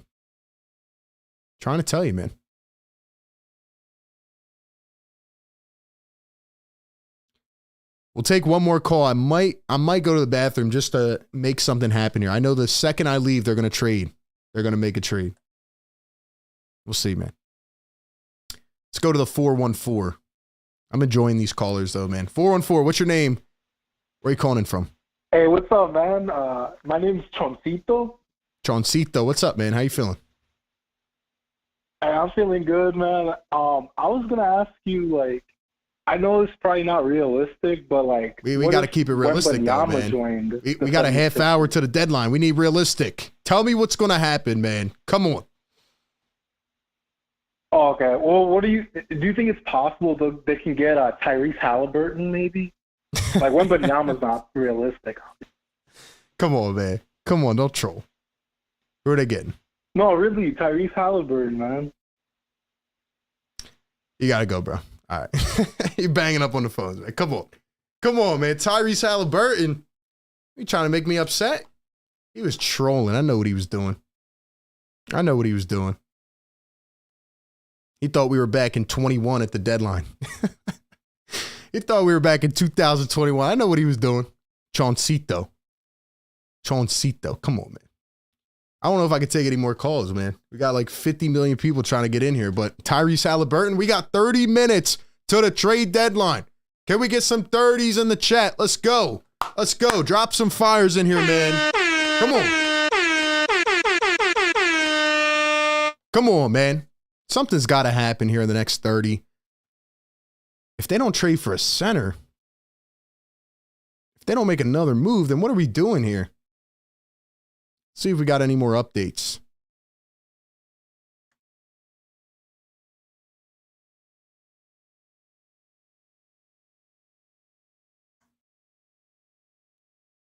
Patrick Beverly on his podcast. So we're playing Denver, and I hit Daryl Morey with the, hey, am I getting traded? And Morey said, no, not you. Of course not. Daryl Morey might, in fact, be a liar. He might, in fact, be gassing heads. Damn. All right, gut instinct in the chat right now. Yes or no? Do you guys think that the 76ers are going to make another trade in the next 30 minutes? In the next 30 minutes, are they going to make another trade? Yes or no? Gut instinct. Before we get back, we'll take a few more calls. Let me give another shout out to our sponsor of today's show, BetUS. They got all the big bets for you coming up this weekend. Obviously, the biggest game of the year, Chiefs and Niners. And they are giving away a 125% deposit match bonus on your first 3 deposits, plus 10% gambler insurance over the next 6 months for your net losses if you maintain an active account with 1 bet per week of $5. Shout out to BetUS. They even have a bet this weekend. How many times will Taylor Swift be shown on the big screen. BetUS has the best out there. They have the best promotions, and they're one of the most reliable, secure sports books. So use my link down in the description. Get a 125% deposit match bonus and use the promo code JOIN125. Get your first 3 deposits matched with the bonus. For example, if you deposit $100, they give you $125 free to play with. On top, they match that all the way up to $2,500. So shout out to BetUS. Go check them out. All right, let's go to the phones, man. We have a super chat here from, where'd it go? Where'd it go? Chat's going nuts right now. We got a super chat from Indy. Says Drummond Murray or Drummond Brogdon redeems Morey. Well, looking at the Sixers cap situation, I just don't think it's feasible at this point, unless they were to trade a starter, and I don't think they're doing that. You look at the salaries that they have left to play with. I mean, does it really work? You got Buddy Hield's $19.2 million in there now. Robert Covington at $11.7. Does anybody want to trade for him? Maybe an expiring team? Possibly.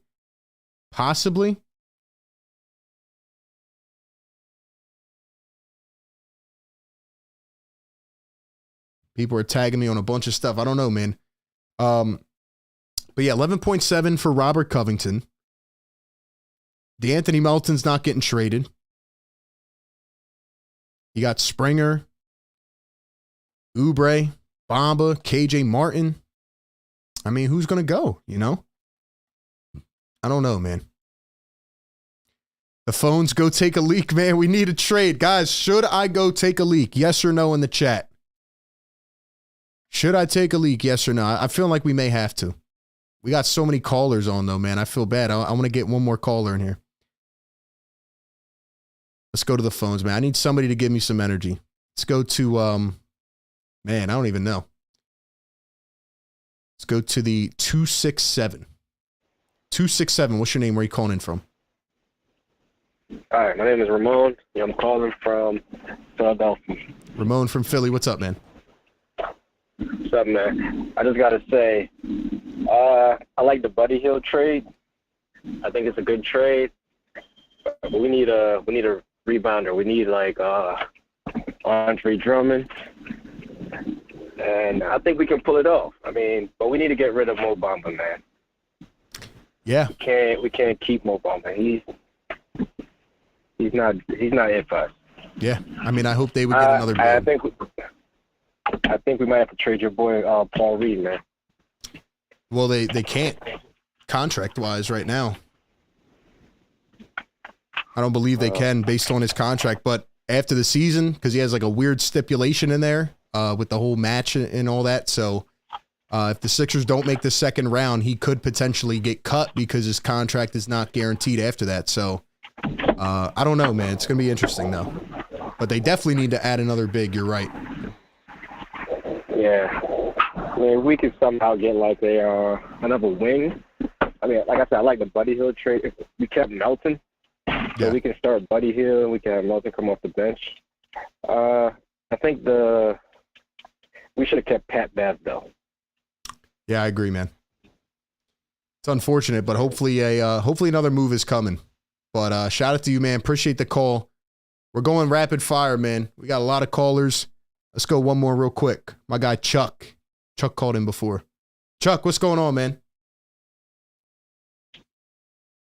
Hey, what's going on, RB? It's your boy, straight to the point, sports and entertainment, man. How you doing, brother? I'm doing great. That's what I like to hear. Hit me with it, man. All right, look, man. Shout out to you and shout out to what you're doing on the show. Now, as you know, man, I am a Sixers fan, and I have voiced my opinion on these trades so far. Now, I'm going to tell you what I like and what I don't like and what I do prefer. Now, to the young man that just called in just a few minutes ago talking about go get DeMarcus Cousins and everything like that, I understand what he's saying, but I agree with you in the sense that, you know, DeMarcus Cousins, he's my boy and all, but he's doing his thing in China, so we'll just leave that there. The big men that you were asking that were available, though, you know, of course, I'm seeing if Drummond was still available. And then also you have Bobby Portis, who I really wanted because I would have liked to have him coupled in with mainly Paul Reed and Mo Bamba. We could get rid of the other one that we have. Now, as far as the perimeter, RB, I'm going to tell you something, and I'm not going to take up too much of your time, but this is what I wanted them to do. I wanted them to go for a DeJounte Murray type, a two-way player, because that's what we needed. We needed a perimeter defender. We had Pat Bev, and of course you also had PJ Tucker, who was trying to get out of there. But those guys are getting older now. We needed some young perimeter defenders. I understand we got Campaign, and I understand that we also made that move in order to get what's his name? Who am I missing? I'm missing somebody. For what? But pretty much, what did you say? I didn't hear what you're talking about. The Sixers, right? Like for their for the guards. Yeah, talking about the Sixers. And the thing about it is we just needed a perimeter defender. And also, this is another thing. We got to stop. You said this on your show the other day. We got to stop. Joel hoping he's coming back. No, we need to go ahead and start building around Maxey. And I think that's what they're seeing, because when Joel comes back, like the young man is just saying just a few minutes ago, he said it's no telling what he's going to look like when he gets back. And I don't personally want to see Joel out there again this year. Shut him down for the rest of the season, and let's start looking towards the future. Yeah, no, I agree with that, man. You definitely got to have more of like a perspective outlook, because, and shout out to Chuck, man, you got to take into account all factors considered, right? If Joel comes back, and they say he's going to be reevaluated in 4 weeks, who knows what he's going to look like? Is he going to have consistency? Is he going to be in rhythm? Is he going to have his legs under him, be conditioned? These are all factors you have to take into account.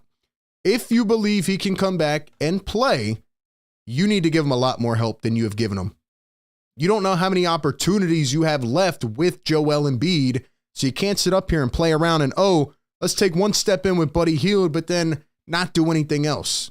So it's either you sell these guys off, get draft picks. Maybe that's what they're doing here with Beverly, or you go in, try to stay afloat, maybe get the 5 or 6 seed and go into the playoffs and hope Joel can come back. But as these injuries continue to stack up, and this one's very unfortunate, it doesn't appear to be positive for the Sixers moving forward. And if Buddy Hield is your only deadline move, it kind of feels like you're not that serious. So I do agree with the caller in that sense. Everybody smash the like button, man. We got 1,000 people in here. Get this to 1,000 likes.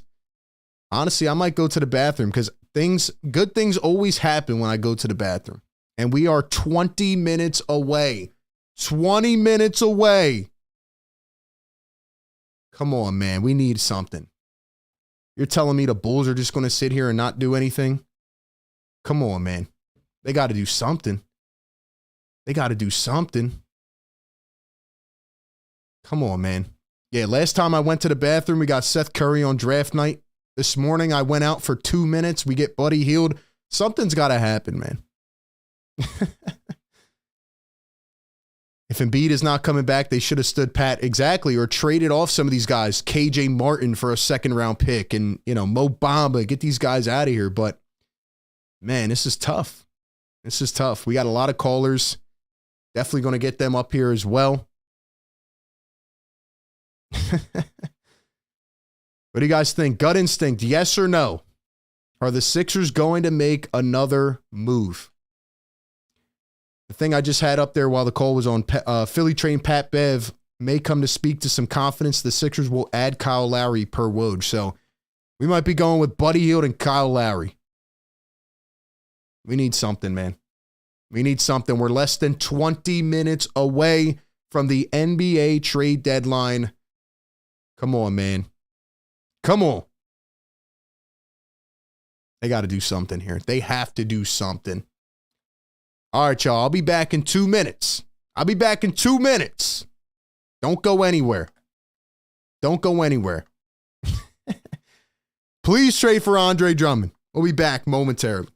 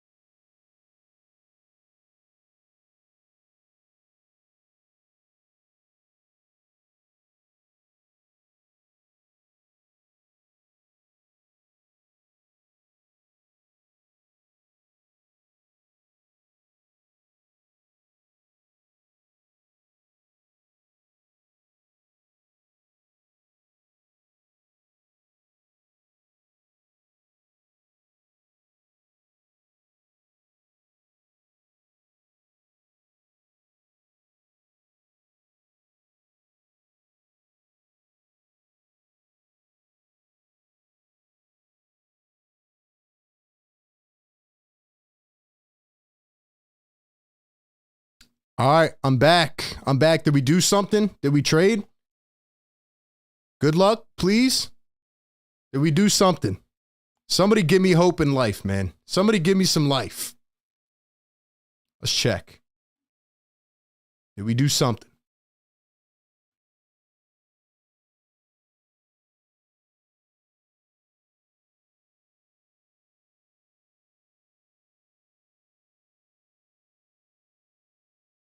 Bruce Brown's still a Raptor. Let's see. Patrick Beverley wants to mend his relationship with Dame Lillard. And the Sixers have still done nothing. Sixers have done nothing. So, looks like our luck ran out, man. Looks like our luck ran out. Bro, I can't believe the Sixers are about to go past this deadline and not make another move, bro. I can't believe they're about to not make a move. Pat says it wasn't an authentic P, bro. Nothing happened. I can't believe it. My luck has ran out. My luck is... Oh, man. We're going to stay on a bit after the deadline as well, so people can call in and give your instant thoughts on the deadline. But how are we feeling, chat? On a scale from 1 to 10. On a scale from 1 to 10. How are we feeling right now, confidence-wise? Woj bomb? Hold up. Maybe we do have some luck. Maybe we do. Let's see. Let's see. Woj bomb. Woj bomb. Woj bomb. Where are we at? Is it for the Sixers?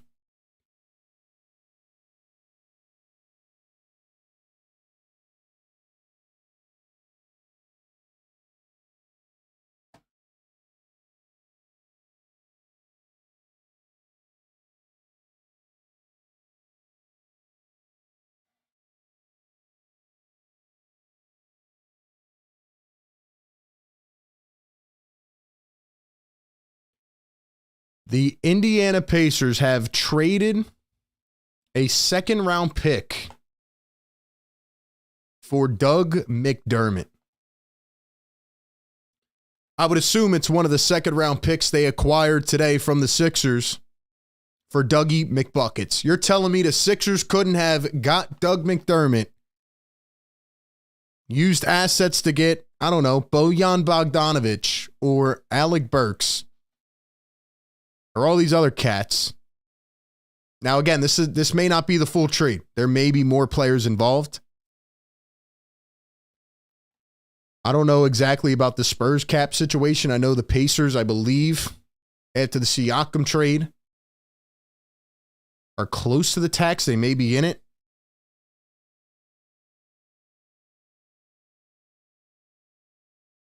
Wait, hold up. Hold up. We got more on the trade. Hold up. Hold up now.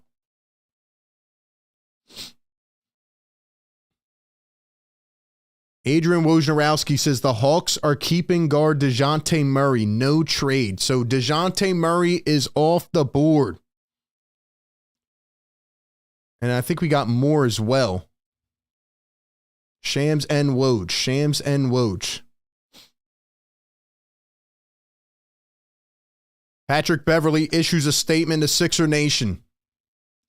I want to thank the Sixer fans and my teammates for allowing me to do my thing. Love, Nurse, and EB. Maury understands the business. You took a chance on me over a decade ago when no one did. Love, Sixers love. Shout out to Pat Bev, man. You will be missed. Now back to the trade rumors, because we have 12 minutes to go. Hold on. The bombs are blowing up. Wow, Marcus Morris is going to the Spurs in the deal. Are you kidding me, bro? Are you serious? That's all it took to get Doug McDermott?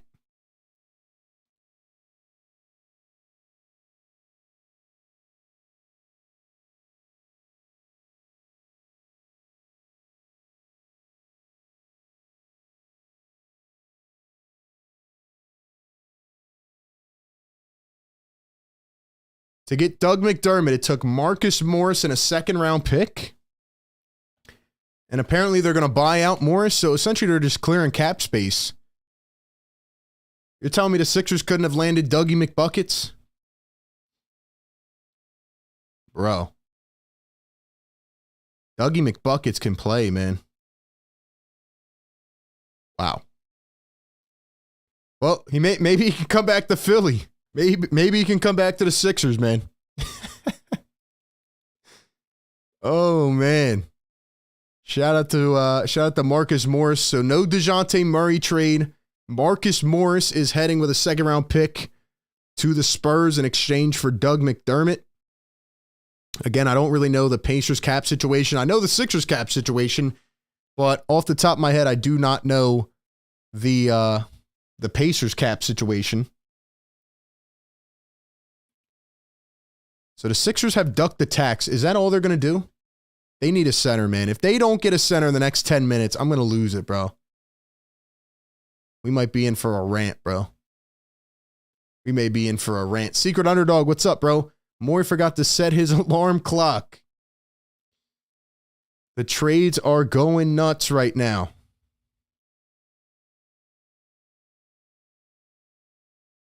Another trade from Woj. The Milwaukee Bucks, breaking news, are trading Robin Lopez to the Sacramento Kings. Lopez is expected to be waived and become a free agent. So that's probably to make room for the Pat Bev trade. This is insane. We got 10 minutes, ladies and gentlemen. Let's go. Let's go.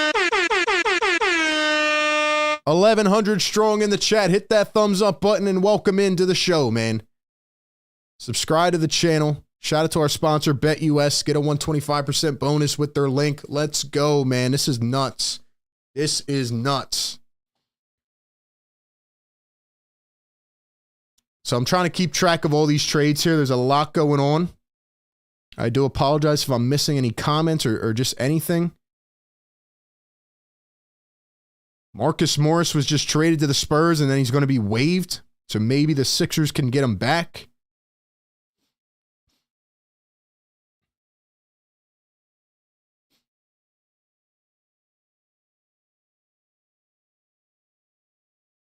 Don't tell me they're going to get Marcus Morris and Kyle Lowry. Oh, man. Okay. $5 super chat for my guy Craig. What's up, Craig? Appreciate you hopping in here with us today. Imagine getting a key to the city and then they change the locks. Be sure to like the stream and subscribe. Much love. Let's go. Shout out to Morris. Maybe he could keep the key, man. Maybe they can bring him back in the buyout. Or he's going to get waived. Maybe they can bring back Marcus Morris. He can keep his key to the city, man. Boy, oh boy. This is crazy right now. This is crazy right now. Let's see if we got any more moves. They just keep coming. They said we were going to have a quiet deadline. It just doesn't stop. The Bucks are sending back cash in the deal. So the Bucks are trading Robin Lopez and cash to the Sacramento Kings. Maybe the Sixers can get Robin Lopez. What do we think about that? Robin Lopez, Marcus Morris, and Kyle Lowry. Call it a deal. I'm sorry, guys. I'm just trying to keep myself afloat here, man. I'm trying to keep myself afloat here. Because they traded Patrick Beverley. They traded Marcus Morris. They traded Furkan and second-round picks.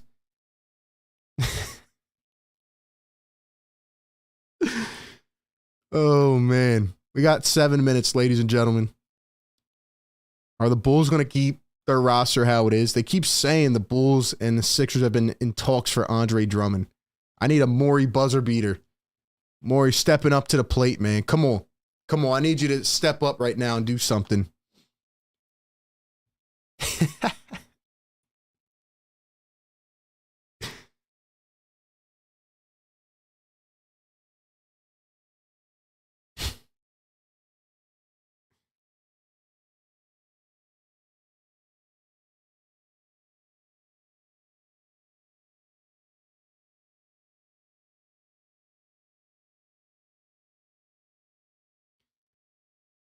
Oh, man, this is crazy. Appreciate everybody that's been in here. It's been a quick 2 hours, I'll tell you that. It's been a quick 2 hours. We'll get to some calls here a little bit after the deadline, but I want to see what happens here and see if anything else happens. I appreciate all the Sixer fans in here. We struggle together. We struggle together, man. Surprised the Hawks are not moving on from DeJounte. It's obviously not a good fit with Trae Young, so don't get why they're doing that.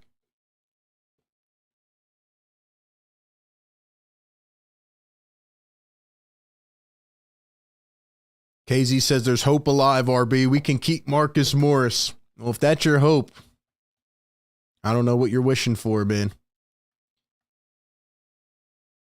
Bucks really traded Lopez's brother.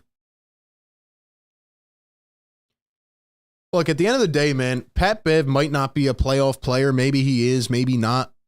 But when you look at Campaign, right? Like, he's not a playoff player either. Campaign, I would take Bev over Campaign. And plus, when you take into account the intangibles, I mean, Pat Bev is much more beneficial than Cameron Payne.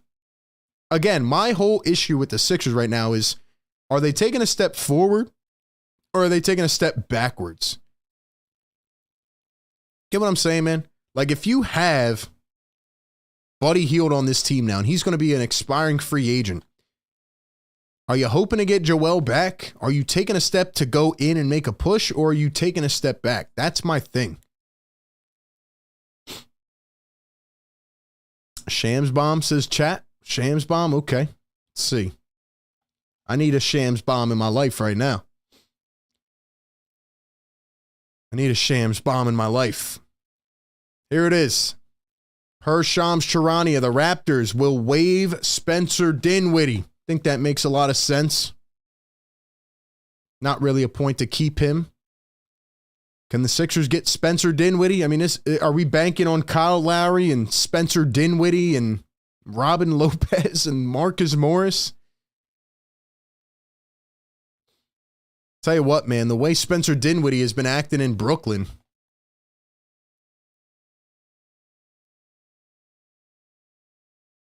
The chat just froze. Now I'm seeing Woj Bomb.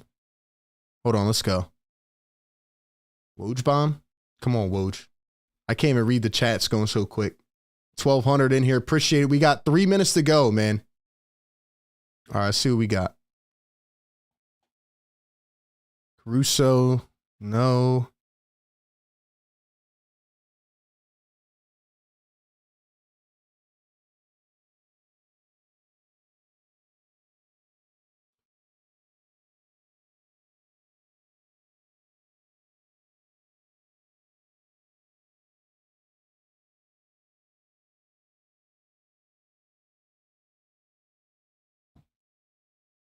Jaden Springer has been traded to the Boston Celtics for a second-round pick. We got 3 minutes to go, bro. I don't even know what to say. I don't even know what to say right now, bro.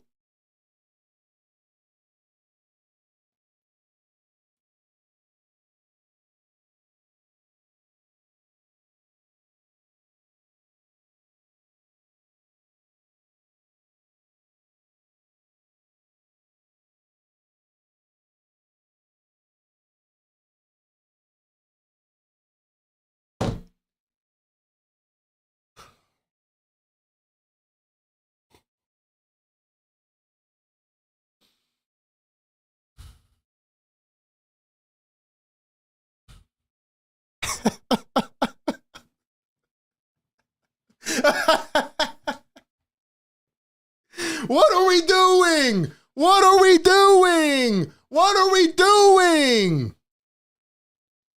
Oh my gosh, bro. I don't even know what to say. I don't know what to say. I don't know what to say right now. We got 2 minutes to go. The Sixers are trading Jaden Springer to the Celtics?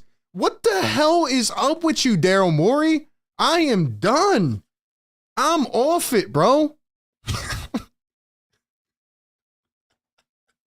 I'm off it, bro. I'm off it. I have no words left in my cranium to describe how I am feeling today, bro. The Sixers were supposed to have 4 contracts at the end of the season. Tyrese Maxey, Joel Embiid, B-Ball Paul and Jaden Springer. He just chipped off Springer for a second-round pick. He traded Patrick Beverly to the Bucks for a second-round pick. Is this organization serious, man? Why would they go out and get Buddy Hield? Now I'm pissed, bro. Now I'm pissed. And you trade him to the damn Celtics. He's going to become a defensive player of the year, bro. He's going to become a defensive player of the year. I'm so sick in...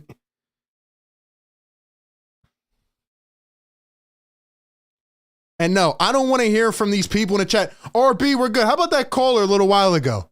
Well, at least we got Jaden Springer. No, we don't. No, we don't. I feel like I'm being pranked, bro. Is there a hidden camera in here? Is there a hidden camera? Am I being pranked? What are we doing? Not that Jaden Springer is some game changer or whatever, but you need a center. You don't get that. I mean, hopefully, did we get something? Let me know, chat. I can't even see the chats going so fast. What are we going to be? Buyout savants? We're going to get Spencer Dinwiddie and Kyle Lowry and Robin Lopez and Marcus Morris. This is your master plan on deadline day. This is your master plan. You want to go into the playoffs. You just traded off the heart and soul of your team in a way in Patrick Beverly to the Milwaukee Bucks, a team who is contending in the East. You get rid of Jaden Springer to a team who's already the best in the NBA. The rich get richer and they get even richer. I'm losing my mind. Something has to happen here, bro. Something has to happen. Somebody said Woj bomb. Is there anything more, bro? Is there anything? Please. Please.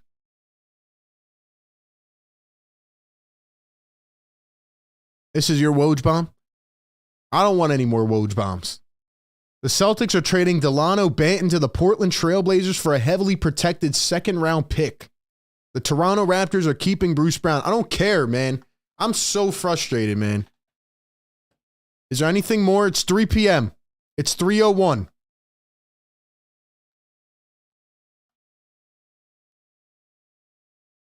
Is there anything? Please. There has to be a center coming to the Sixers. There has to be. There has to be.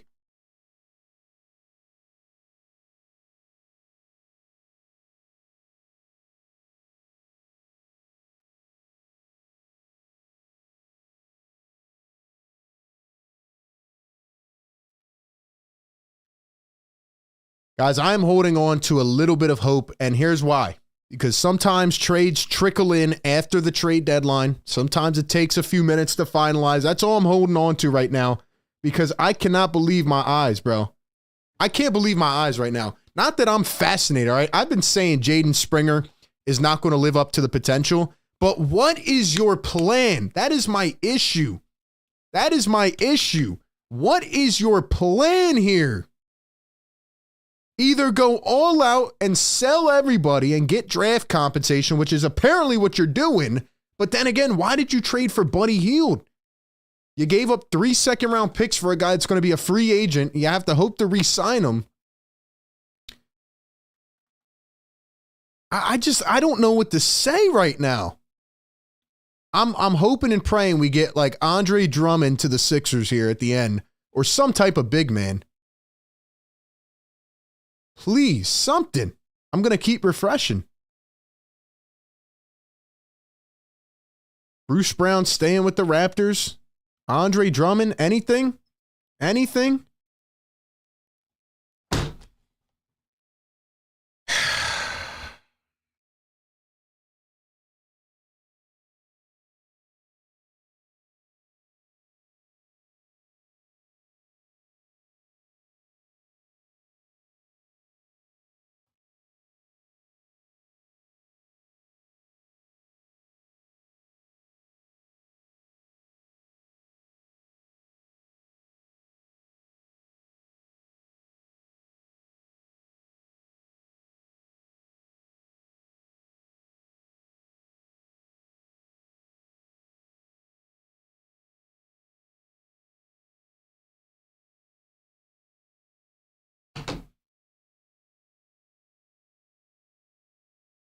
I can't believe what I'm seeing, bro.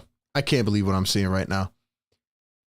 74 with the $2 super chat. Maury has a vendetta against Tease and Springer. Well, it's over now. It's over now. Trade him for a second round pick. RJ says Maury is an op. $2 super chat. Thank you for that. We got any more in here? I don't even know, man. There is, like, this is the worst plan I've ever seen. This has happened for 3 consecutive years. Shams bomb? Hold on, let's see. You got a Shams bomb? Please.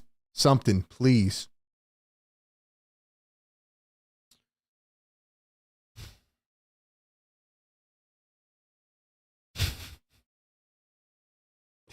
Warriors are trading Corey Joseph to the Indiana Pacers.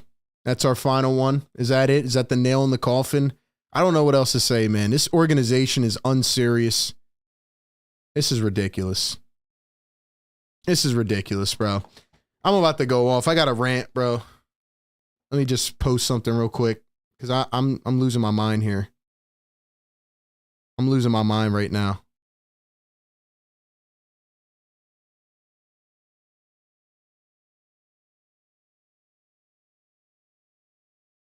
What is going on, bro? What is going on with this team right now?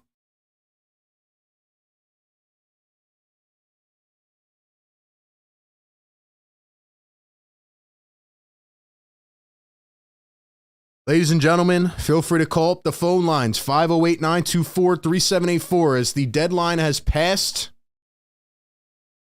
and the Sixers did not trade for a center unless we get something here in the next couple minutes. I got to get a rant off my chest, bro. I'm just waiting a minute here just to make sure we got no other trades.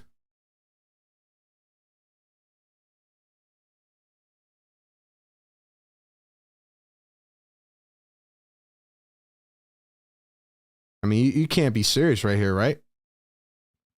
You can't be serious, right?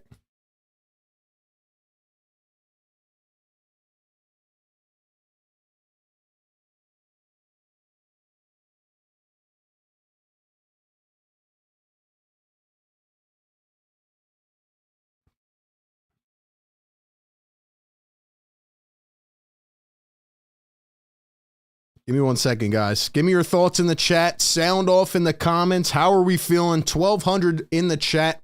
Hit the thumbs up button, man. Hit the thumbs up button. We're going to take some callers. I got a rant, bro.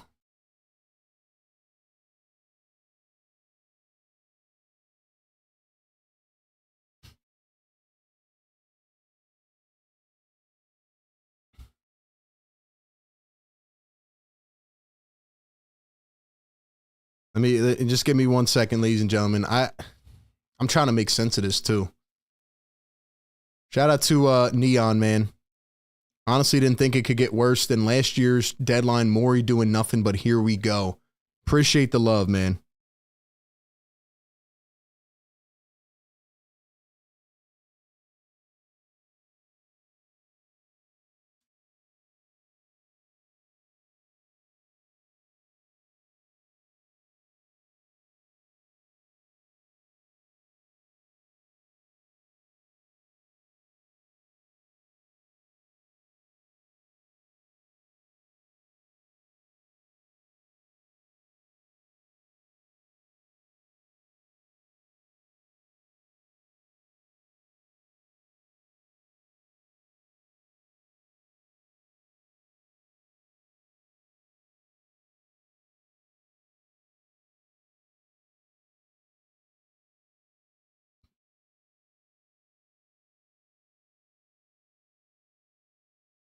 All right, so based on everything I'm looking at, man, doesn't seem like anything else is going to happen. So, Nick Marchetti, thank you for the $2 super chat.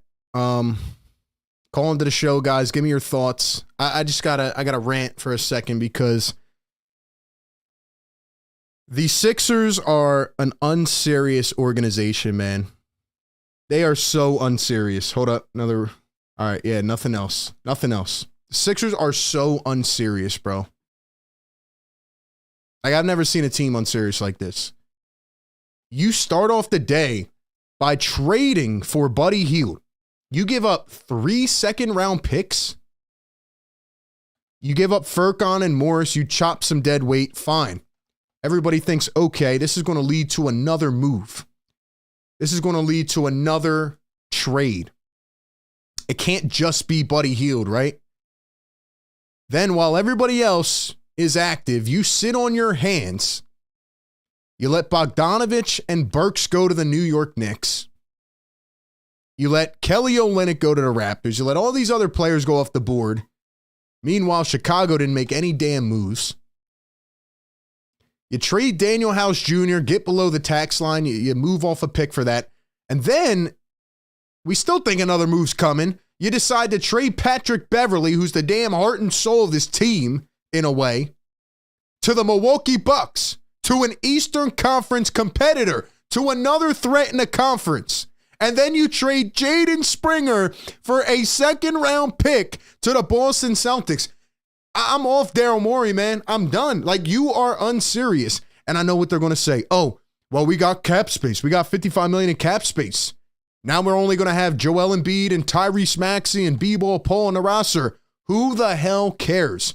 First off, why did you make a move for Buddy Hield if you were in fact going to do nothing else? All right, they wanted to get Bogdanovich and Burks. They weren't willing to give up Tobias. They whiffed on that. They didn't get another center. I told you when Joel Embiid got hurt that this team was going to have trouble staying afloat. They have no center help. Who are they going to get? Robin Lopez in the buyout market? We are now banking on Kyle Lowry in a buyout signing. Maybe Spencer Dinwiddie. Maybe Robin Lopez. Maybe Morris can return after he got waived by the Spurs. Come on, man. This is unserious as it comes. And it's just become accustomed to what the Sixers do and what Daryl Morey has done. I have no words left, man. This is one of the worst deadlines I've seen. And Buddy Hield is an expiring free agent. So if Buddy Hield, for some reason, like Jalen McDaniels, doesn't re-sign this offseason, you are essentially giving away draft picks. I am lost. I am lost, man. Wow.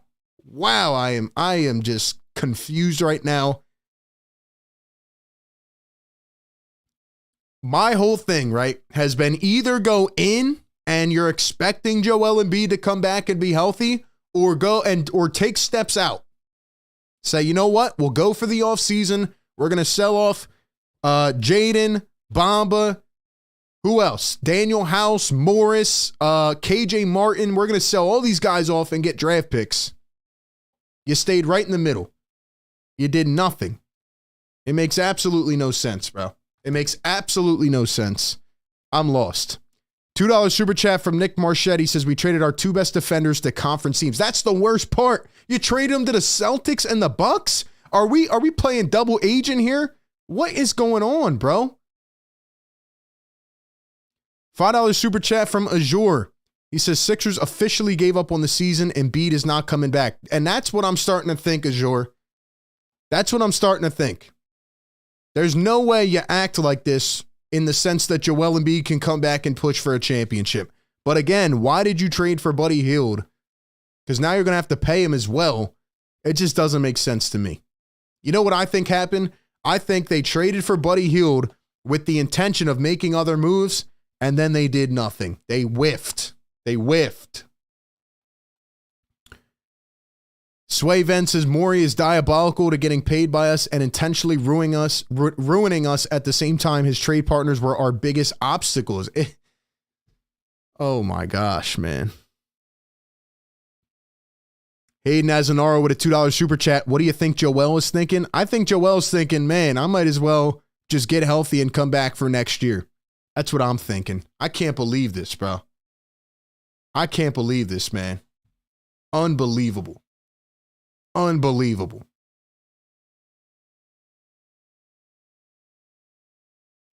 I think he whiffed.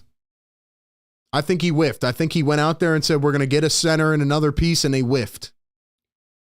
You had Covington. That was a tradable contract. This organization, all they cared about was ducking the tax. That's what they did with the Daniel House move. And shout out to Digital Print House, $2 super chat. Springer put us under the luxury tax threshold per Derek Bodner. I mean, I'm trying to come up with the words here to describe this. It just doesn't make any sense.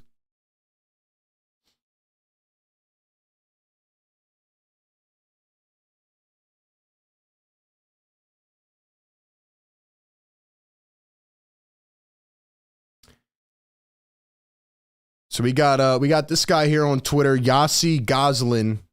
Sixers create more flexibility in the buyout market. 3 open roster spots, 4.9 below the tax, 2.2 million trade exception. They can sign any player in the buyout market. They seem like a good spot for a guard like Lowry or Dinwiddie. See, here's my issue with this Yossi. All right, I don't know if Yossi watches the Sixers or not, but buyout signings are not going to get this team over the top.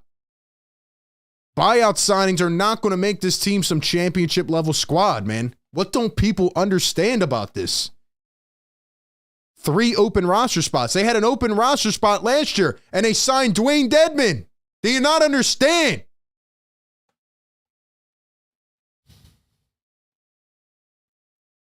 Shout out to Mike O'Connor. Final deadline haul. Rate this on a scale from 1 to 10 in the chat. Rate this on a scale from 1 to 10. In totality, they acquired Cameron Payne, Buddy Hield, and 2 second-round picks. And they traded 4 second-round picks. They traded out Jaden Springer, Patrick Beverly, Marcus Morris, Furkan Korkmaz, and Daniel House. Woj said they were going to be aggressive. We thought he meant acquiring players.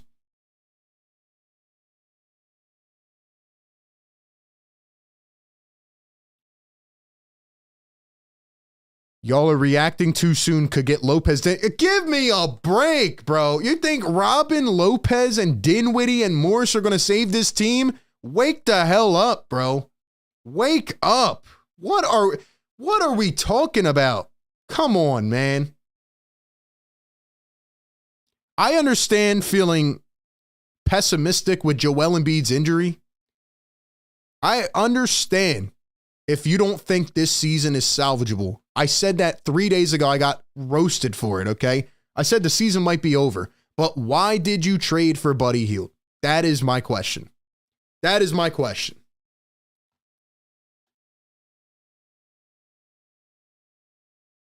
Did I think Jaden Springer was going to be a top-level player? Hell no. But am I trading him to the Boston Celtics? No. Bro, it's like Daryl Morey just got desperate and was like, hey, Boston, we're trying to get a second-round pick to recoup for Buddy Hield. You want Springer? You want Springer? Hey, Bucks, you guys want Patrick Beverly? Come on, man.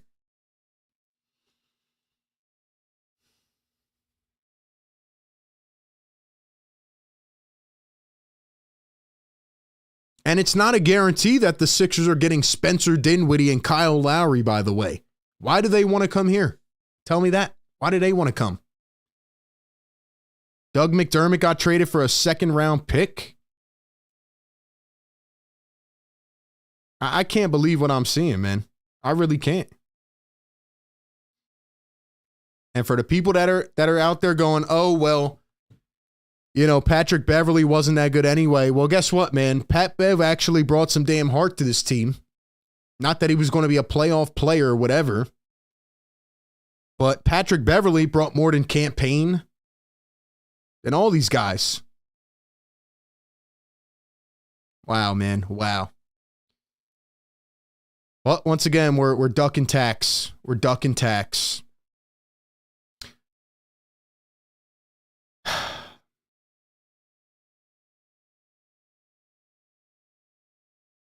$1,200 people in here, man. Hit the like button. Hit the like button. I'm trying to find if there's anything else. I mean, your centers for the rest of the season are Paul Reed and Mo Bamba and maybe Robin Lopez if you sign them.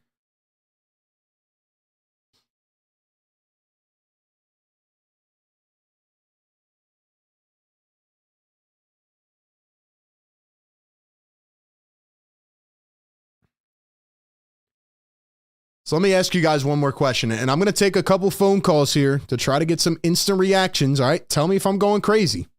Tell me if I'm going crazy. Call into the show, 508-924-3784. Let me ask you one more question, okay? if you are a Sixers organization out there and you see how much usage Joel Embiid has, you see how he's literally been ran into the ground and how Joel Embiid has had to do so much and more for this team. Tell me this, when he comes back, right? And if he comes back and he can play, does he have the sufficient help to play? Why would he want to come back? Now he's going to have to do more. The only piece you got was Buddy Hield.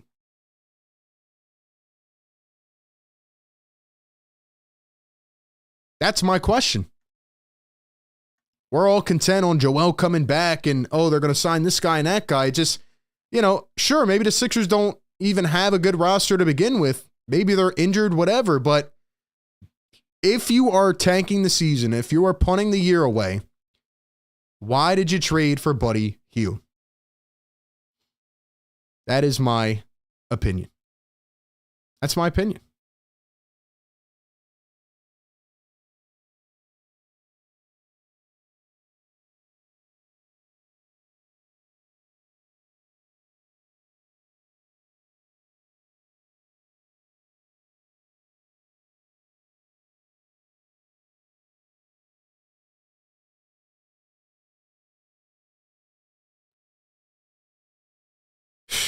Man, oh man. I don't know what to say.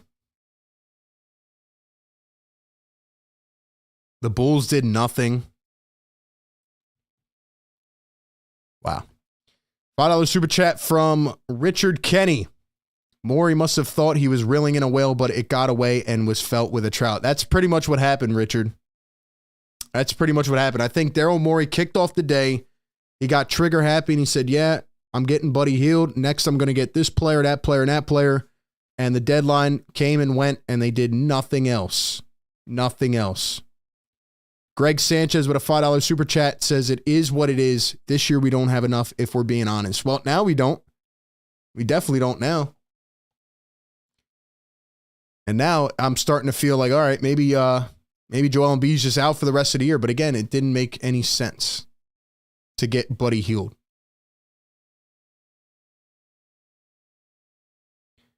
Giacomo says, RB, Buddy Hield is in our long-term plans. Bird writes to him, great trade, we did well. I mean, okay. Buddy Hield's in your long-term plans, so you're going to have Buddy Hield. If you re-sign him this offseason, you're going to have Buddy Hield, Joel Embiid, and Tyrese Maxey. That's it. And B-Ball Paul. Who else? Who else are you going to get? What other player is going to want to play with that team?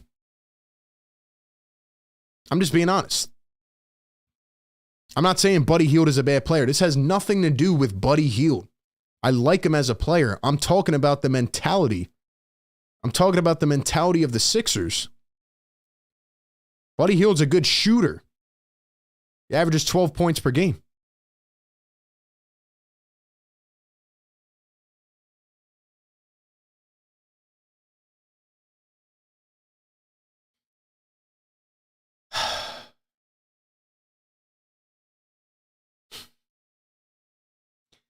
Well, Celtics got richer. Suns got richer. Mavericks.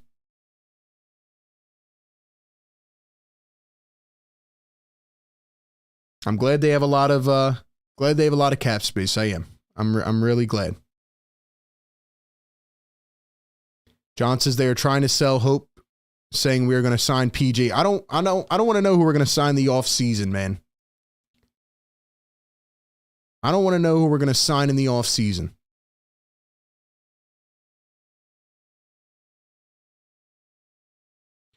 I mean, we traded for a decent backcourt and we have Maxey. Spreading the floor without Embiid is smart, but we need a viable option for next year. Do you guys watch the Sixers? I mean, I'm just being honest here. Like, they are banged up like crazy. Joel would have to come back on Super Saiyan mode, and Nicholas Batum needs to get healthy. Melton needs to get healthy. Oubre needs to go back to pre-accident Kelly Oubre. The Sixers have no bench now. They got rid of Springer. They got rid of Furkan. They got rid of Morris. They got rid of Beverly. Are we serious here? Are we serious? Come on, man. They need an overhaul. They need a rehaul. Look at the New York Knicks, for example. Look at the Knicks. They haven't won in how long? They haven't won in how long? What do the Knicks do? They get OG Anunoby, Bojan Bogdanovic, and Alec Burks. You're telling me the Sixers couldn't have done that? Come on, man.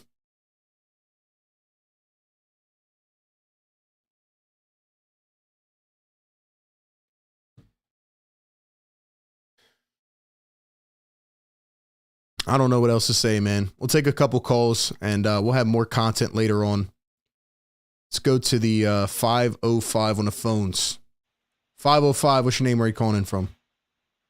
Hey, man, this is Dom from California again, man. How's it going? Dom from Cali. What's up, man? How you doing? Dude, I don't know what happened. How did we get worse? How did we get worse today, RB? Like, what went wrong, man? What went wrong?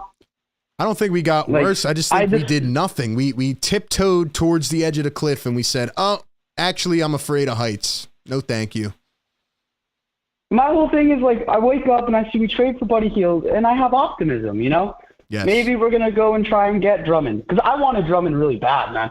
We need a center. Like, Paul Reed's not big enough to get boards. We need somebody who can get boards, get the ball back out to Maxey.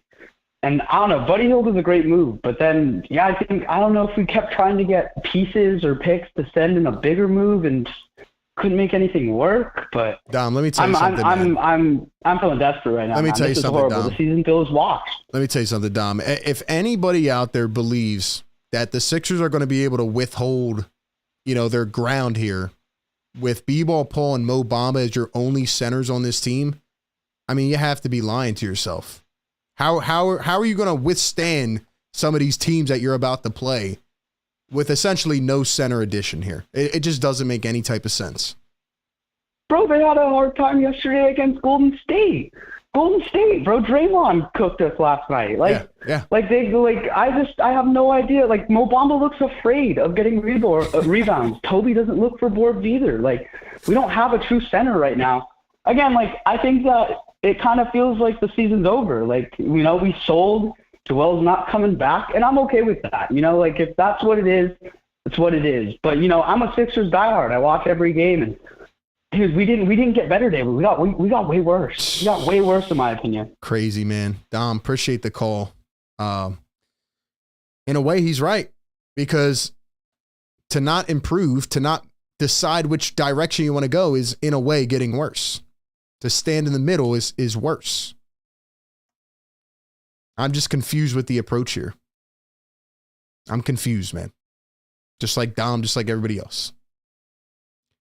$5 super chat. Hayden Azanaro. Thank you for the love, man. He says, I'm not going to lie. Bojan and Drummond would have been perfect. Pat Bev trade is awful. The Knicks for OG, Bojan, and Burks didn't give up a first. That's what I'm saying. They didn't give up a first. The Pacers didn't give up a first to get Doug McDermott. Like, I don't understand. And of course, I'm going to go back after this and look at things and try to materialize it a little bit better in my mind and just come to a conclusion and try to understand it better. Because obviously we're in the moment here, but you didn't get any center. Mr. Roddy Poo, $5 super chat, RB. That might have been the most fraudulent trade deadline ever. Just sell, man. If that, like I said, be real sellers. That's what I'm saying. The New York Knicks went full sprint to the edge of the cliff. They dove off the cliff. The Sixers went, maybe, we're scared of heights. Let's go back the other way. At that point, you should have sold Bev, Springer, Martin, Bamba. You should have got rid of all of them. At that point. And then you trade Springer and Beverly to the two top teams in your conference, or two of the top.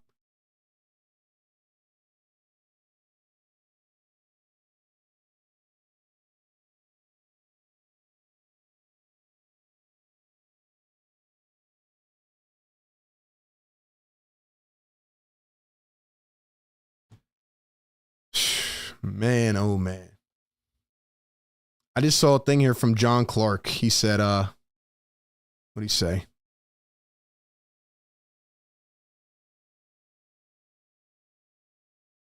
Or no, not John Clark. I'll pull that up in a second. But RB, Tobias Harris officially playing through the max contract. He is. Tobias is here to stay. We knew that. We knew that one, Hayden. We knew that. Tobias will be here through the end of the season. We know Daryl Morey loves him. And he was not getting moved, which actually held up the Pistons trade as well. Lakers, Mavericks, Pelicans, and Sixers expected to show interest in Spencer Dinwiddie per Shams Charania.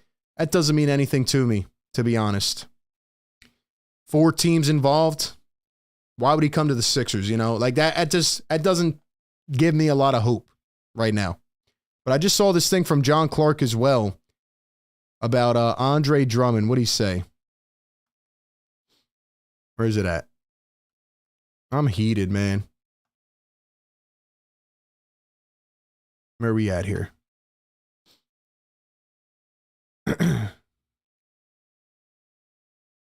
Here it is. I'm trying to find the John Clark one, but Derek Bodner says the Sixers now have Embiid and Maxey guaranteed for next year. Paul Reed will become guaranteed if he's on the roster and they make the second round. Other than that, clear cap sheet with $60+ million in space next summer. So whip-de-doo, guys. We got our cap space. We got our cap space. $60 million. Great. $60 million in cap space. Let's hope we can sign somebody. Let's hope we can sign somebody. Well, at least they got their cap space. They got below the tax. Sure. $5 super chat from Mr. Roddy Poo. He says, going to laugh at this team when Beverly and Springer lock us up. Embrace the tank, fellas. Dang. Dang, man. He coming in hot. Coming in hot.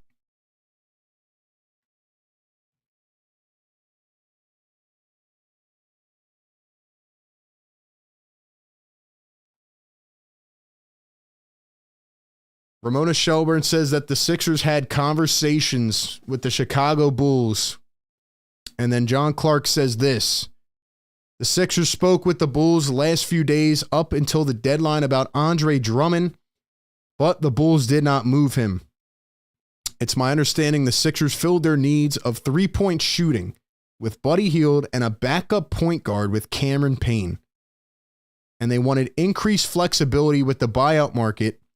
And in the offseason, with around $60 million in cap space, I'm told Kyle Lowry would be a top candidate for the Sixers if he is available in the buyout market. So we're going to have Kyle Lowry and Buddy Hield and Cameron Payne. That's what the Sixers did at the deadline. That's what the Sixers did at the deadline. How are we feeling about that? How are we feeling about that? $10 super chat from Sean Williamson. Thank you for the love, man. Let's be real. Buddy is the best player we still got today. I agree. We didn't lose anyone of consequence. Buyout guys will provide the same production. Center is the only major fail, just my opinion. Here's my reaction to your comment, Sean. You are absolutely correct in your statement. But that doesn't get us anywhere. Where does that get the Sixers?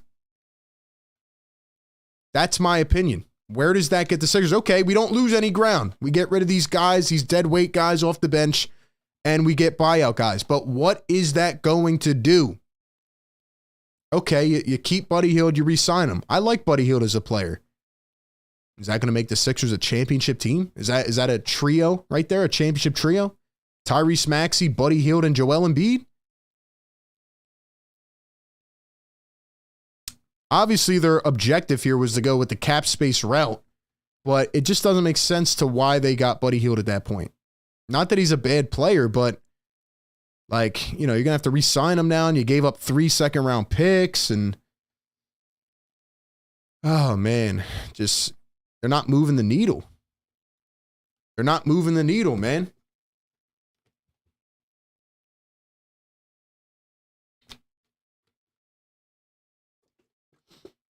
I'm sorry, but the Chicago Bulls, like, it just don't make any sense to me. Why would you not get rid of Drummond and Caruso? These guys have their all-time value right now.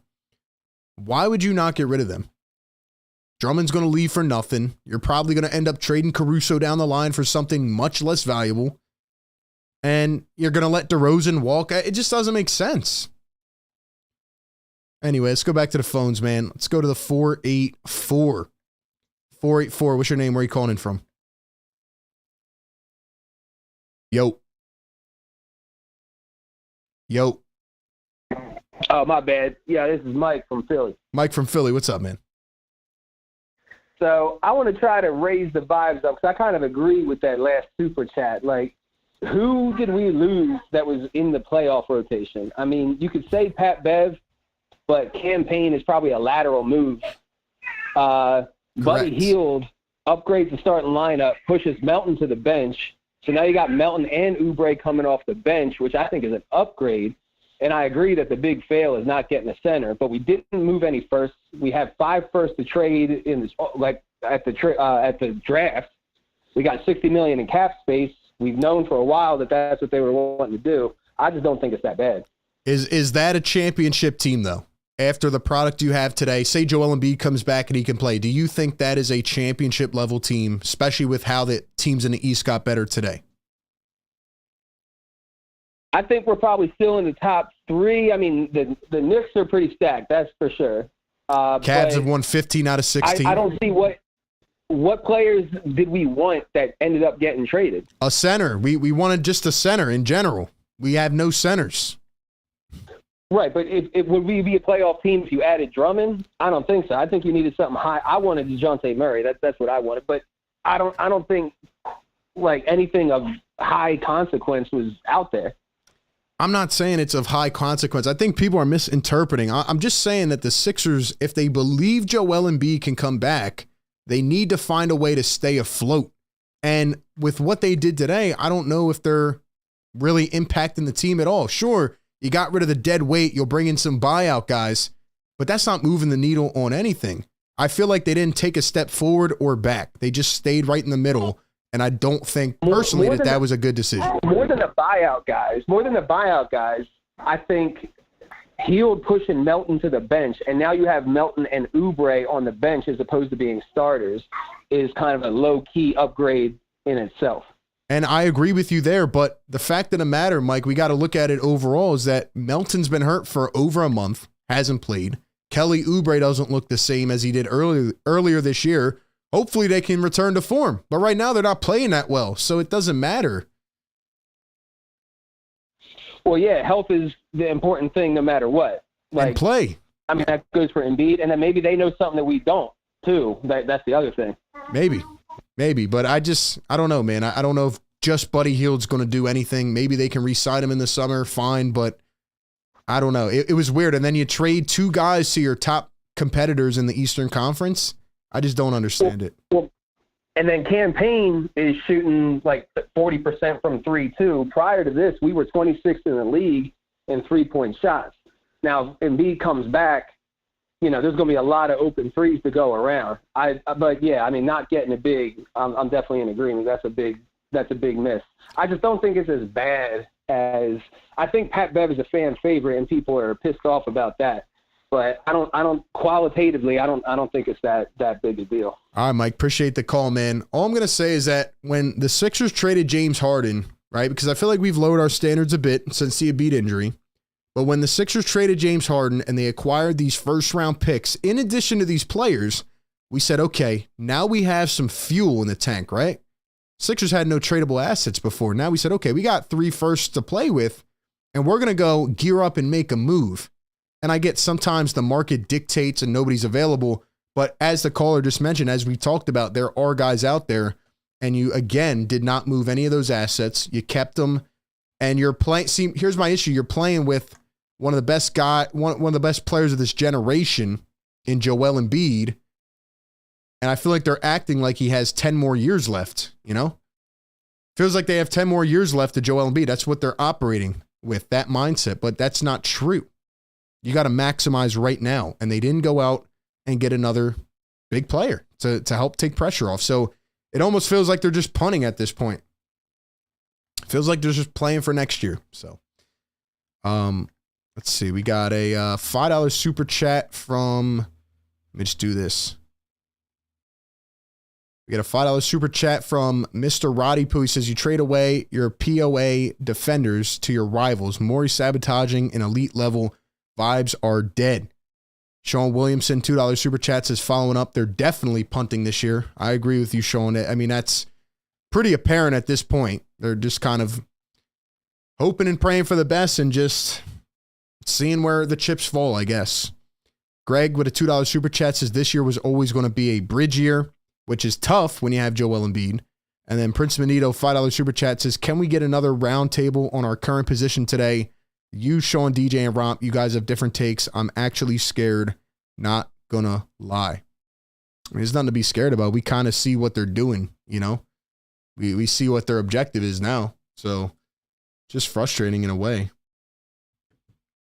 And again, maybe I'll cool down a little bit. Maybe there will be a beam of light here. Maybe there is some positive direction for this team. What do you guys think, though? Let me know in the chat. Call in.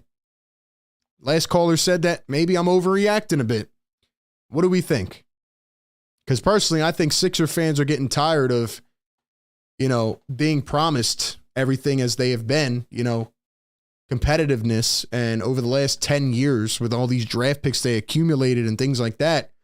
And now you go to the pinnacle with Joel Embiid. You think you're going to finally be able to get past the second round of the playoffs. And here you are feeling like they just, you know, don't really have a shot.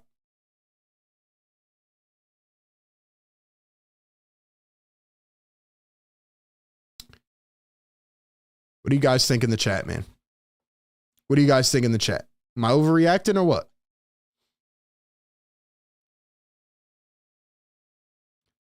Fredo says there is no positive from the trade deadline at all.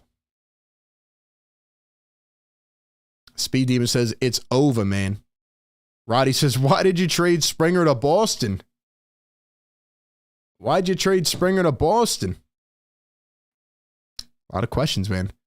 Play-by-play with JJ. When you're missing 7 guys, it is not a fun watch. That is the truth. Take a couple more calls and we'll get out of here. And we'll have a video up later today or maybe another stream. We'll see how it goes. Let's go to the 484. 484. What's your name? Where are you calling in from? Yo. Yo. All right. We'll get back to you, man. Got to be ready. Let's go to the next one. 360. What's your name? Where are you calling in from? Hey, RB. Mr. Hoover, how you doing? From Washington. How you doing, man? Bro, this makes no sense to me. How is it you give up your 2 defenders to Eastern Conference rivals this year?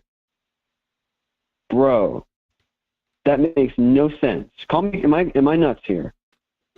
Well, I'm starting to think that I'm nuts because I'm seeing all these people in the chat and people calling in saying, oh, well, you know, it wasn't that bad. You know, you're overreacting in a way. And I'm thinking I'm going crazy. I wasn't against the Patrick Bev because let's be honest. I'm thinking campaign's probably like a younger Patrick Beverly gets second round pick. Okay.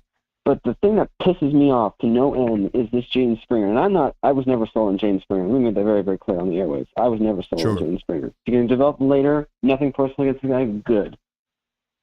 But you trade him away for a box of cookies to a rival who's at the top part of the conference, and you improve their defense, and you don't get a center back.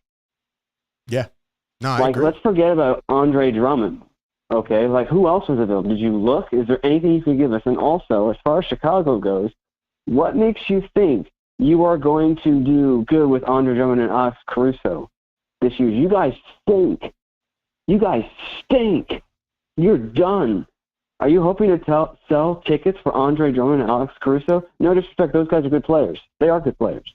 But if I'm a ticket holder in Chicago, am I going to pay money to go see a team that's tanking that did no moves and has a guy, your main guy is out for the season, Andre Drummond and Alex Caruso? No.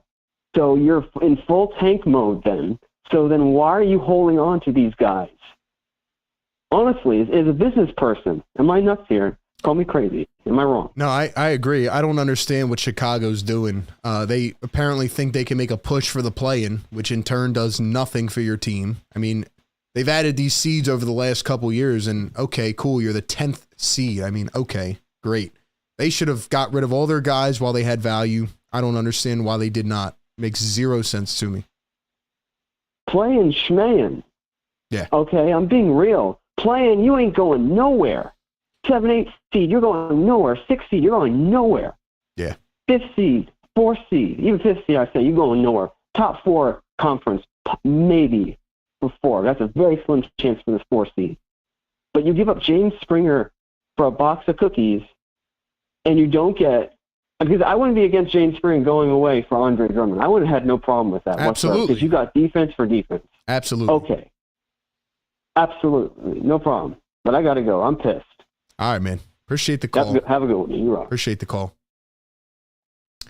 $5 super chat from Sean Williamson says, the season is done. We will have 5 tradable first rounders this summer, along with cap space pretty much wide open. So to that point, Sean, they will have a lot of tradable assets. They'll have $60 million in cap space. Cool. You know, I get it. This season is pretty much a wash, but one, you have to hope that, I mean, obviously it's not a big free agent class. You have to hope a couple stars get disgruntled after the playoffs and say, we're ready to bounce. You have to hope that, I mean, I'm just saying there's a lot more factors that go into it. Like, you have to hope they would want to come to Philly and play with Joel and Tyrese. You have to hope his health is there intact. I just think there's a few more factors than people think of, oh, we have $60 million in cap space and, you know, we're going to be this great team and have the ability to go out and get all these players. Maybe, but that is uncertain. And when you're running with a guy like Joel Embiid, who, quite frankly, I mean, we don't know how many opportunities he has left, but when you're running with that kind of player, you have to have a plan in place to say, we're going to surround this guy with this level of talent and go into the season as a championship contender. That's my opinion. Mr. Roddy Poo with a $5 super chat. I'm for tanking, but man, do you know Boston knows how to develop young prospects? Dude just gave him Marcus Smart 2.0. Yeah, I'm not a big fan of the trades in conference, but especially the Celtics and Bucks. I mean, it just doesn't make sense, dude. Trade them out west. Frustrating, man. John Mack with a $5 super chat. I will miss Pat Bev, but Payne is a diamond in the rough. He has always played behind elite guards, has a chance to shine here. # buddy. John, I don't want to kill your vibe. Not that Campaign has had a bad year. He's had a decent year. It's been okay, but I don't think he's anything special. In my opinion. He's not going to give you so much more than Patrick Beverley.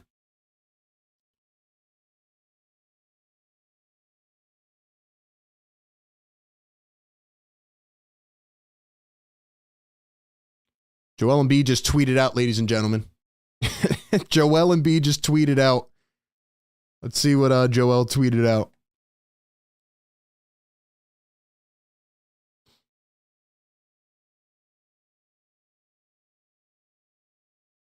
Let's see.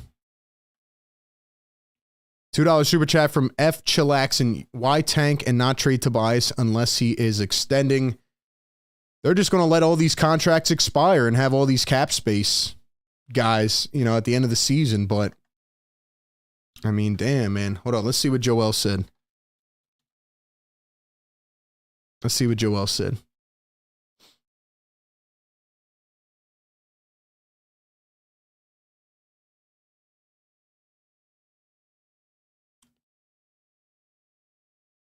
So this is what Joel Embiid put out just now on Twitter, on X.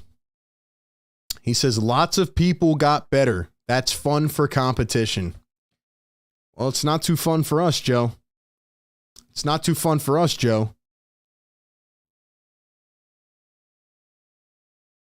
Joel with the flawless troll tweet.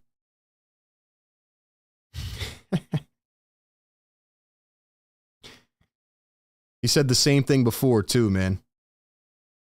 Said the same thing before when the other teams make more trades than the Sixers, but man, oh man. KZ says, RB, you're going to be apologizing next week when we get Dinwiddie, Lopez, and Morris. KZ, guess what, bro? Even with Dinwiddie, Lopez, and Morris, that still doesn't move the needle for me. It still doesn't move the needle, man. I don't understand why people are saying that's like the savior moves right there. Damn, man. Damn. Ron says Joel knows. Well, he might know, man. He might. My feeling is that Joel might be out for the rest of the year, and maybe that's just what it comes down to. Grizzlies Wade's Victor Oladipo. If Paul George and the Clippers are unable to get an extension, look for the Sixers to be aggressive in trying to pursue Paul George in the offseason. Paul George will definitely be a target for the Sixers. So now we're playing the wait and see game with Paul George again. Wonderful.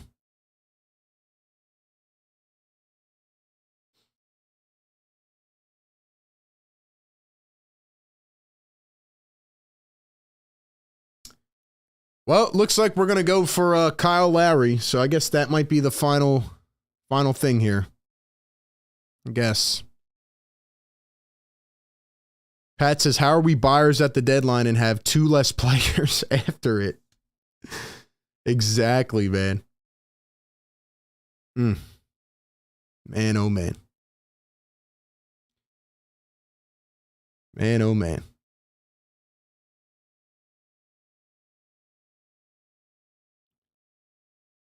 Well, the good part about it is that we'll be live every game the rest of the year. We'll be covering this team. We'll see what happens. They could end up falling into a play-in spot. Wojnarowski and all the other reporters reported the entire time this week that, the Sixers were trying to be buyers. They were trying to be aggressive, and they end the day with Buddy Hield. I'm not going to say this is I did say earlier it was the worst, but that's because I'm pissed off that they didn't really make a decision. At least they get a beneficial player in Buddy Hield. That's all we're looking at right now, but they made the Celtics and the Bucks better. They recouped a couple second-round picks that they sent out in the deal for Buddy Hield. But it's hard to envision this team really competing, and it kind of just signals to me once again that Joel Embiid may not come back this season. So, yeah.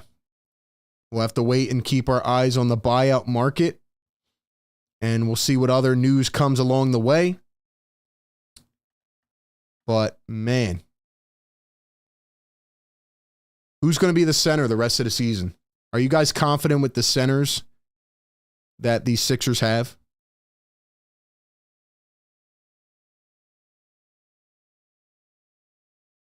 Are you confident with the centers that the Sixers have? Give me your thoughts, man. Man, oh, man. Lego says we're punting the season. Joel is not coming back.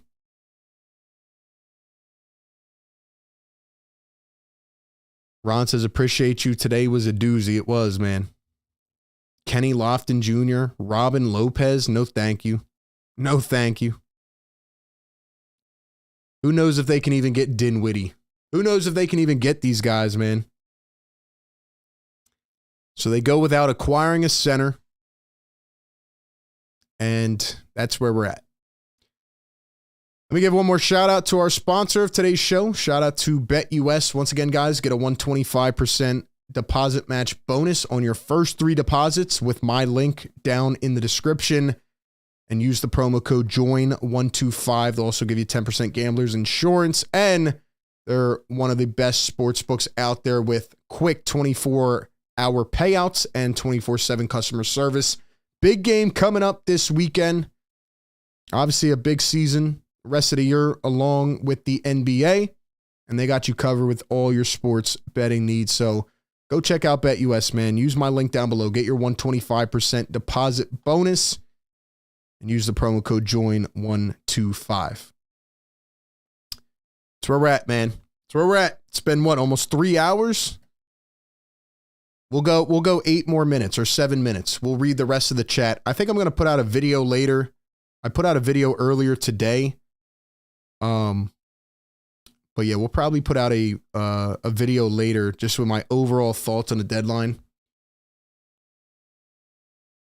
But let's see, man. How do we feel about Springer to the Celtics? Do you think he can become a player with Joe Mazzulla?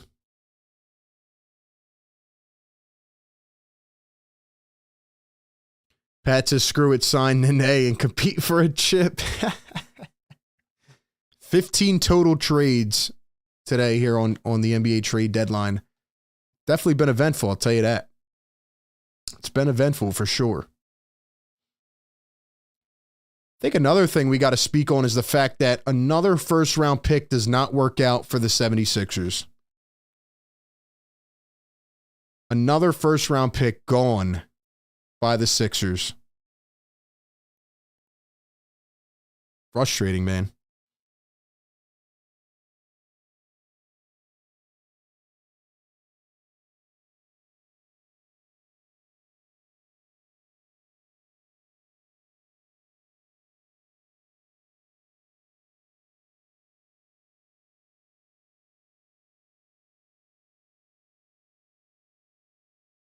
Springer's going to lock up Maxey in the future. He's going to win Defensive Player of the Year in 3 years. Look, I'm not going to sit here and be one of those Jaden Springer people. Like, those people were crazy the last couple weeks. They were saying, oh, we can't part with Springer. Oh, he should be untouchable in a Brogdon trade. No, that's ridiculous, okay? But to send him to Boston, you know that can haunt you. You know that can haunt you.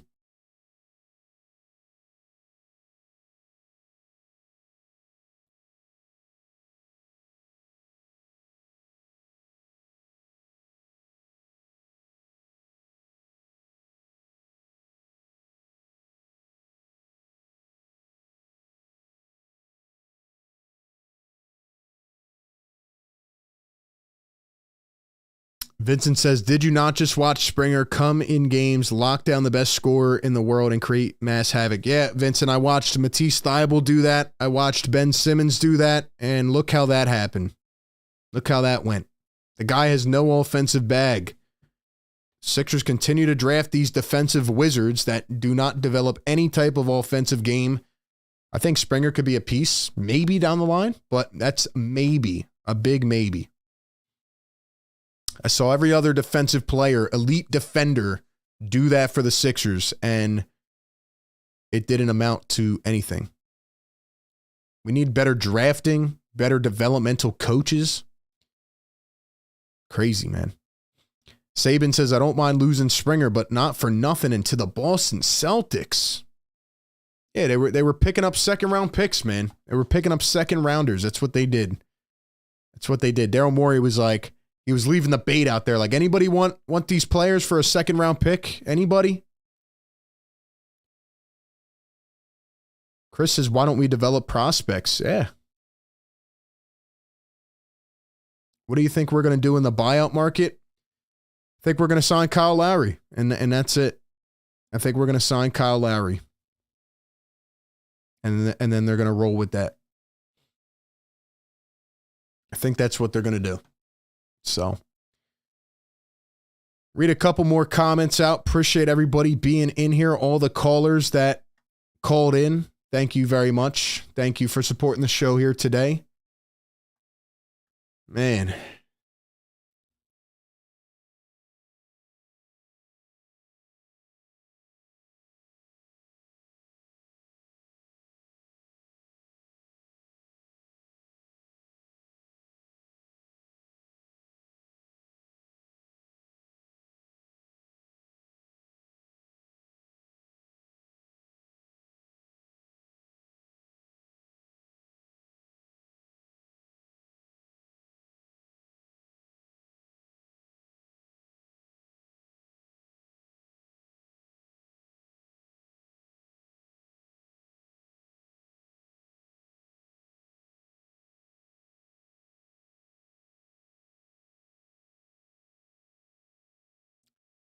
$5 super chat from Mr. Roddy Poo. Appreciate it, man. He says, RB, who is guarding the perimeter?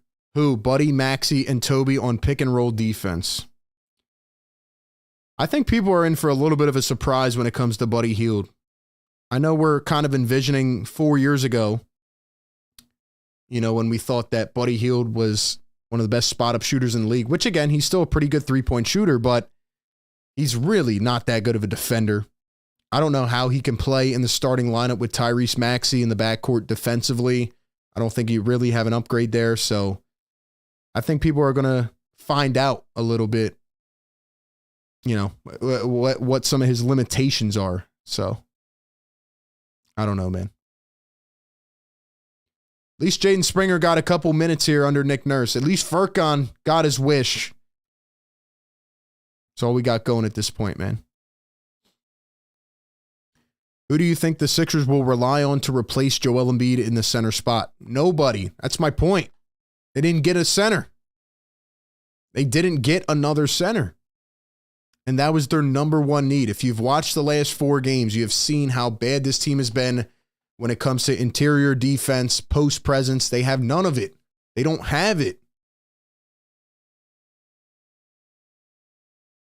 We got nothing to help rebounding issues. That's what I'm saying. We're one of the worst rebounding teams. Tobias doesn't rebound. Bamba doesn't jump. Frustrating, man.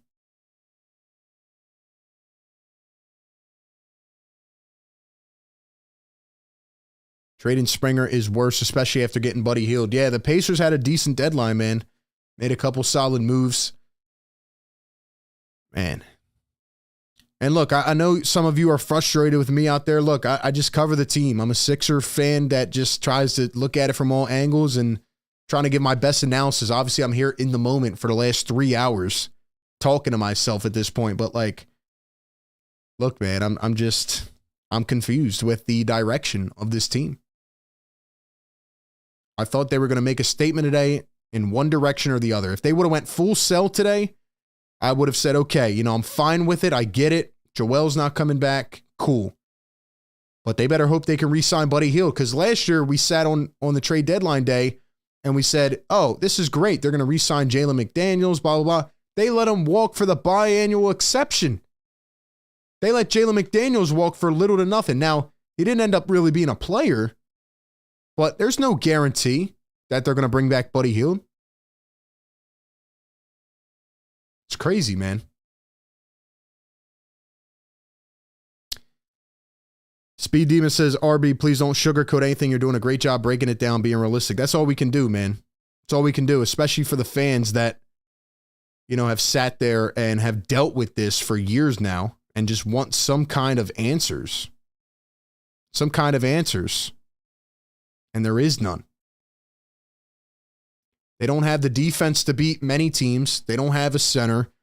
And they add some shooting today, which is nice, but they still have more issues. And Cam Payne is not going to solve your bench issues. Who's your bench now, by the way? Matter of fact, let's look at that before we get out of here. Who's your bench now? I want to make sure I don't miss anybody. I want to make sure I don't miss anybody. Let's look at Philadelphia. Depth chart.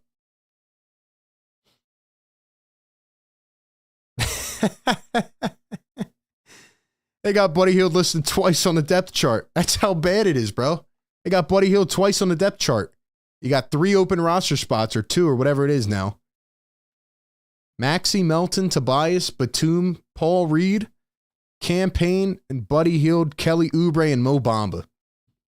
Let's be real, ladies and gentlemen. Be serious here. Be serious here.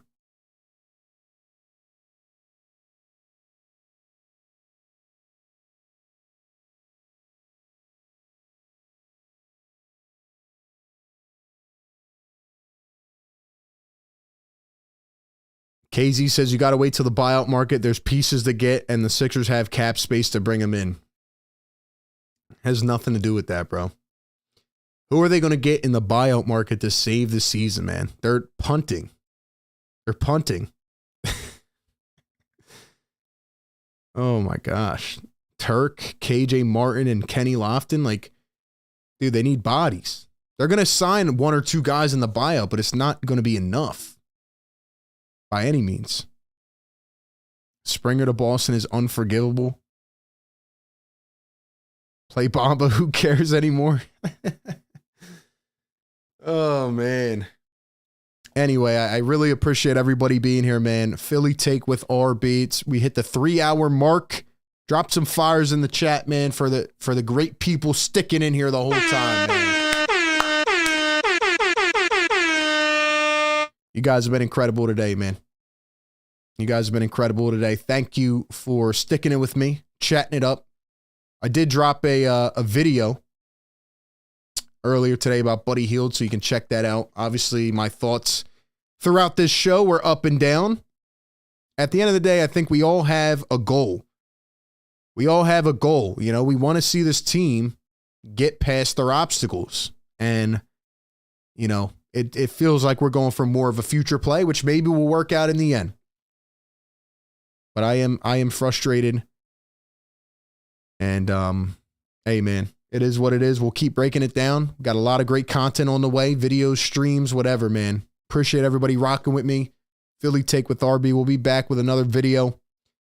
But that's it, man. That's the Sixers trade deadline. They acquire Buddy Hield and they shed some guys, get draft picks. And that's where we're at. That's where we're at. Second half of the season coming up. Can the Sixers stay afloat? Can they try to get Joel Embiid back? A lot of questions on the way. Appreciate everybody coming through. Be sure to follow us on all platforms. Check us out everywhere. Join the Discord and support the show. Hit that thumbs up, man.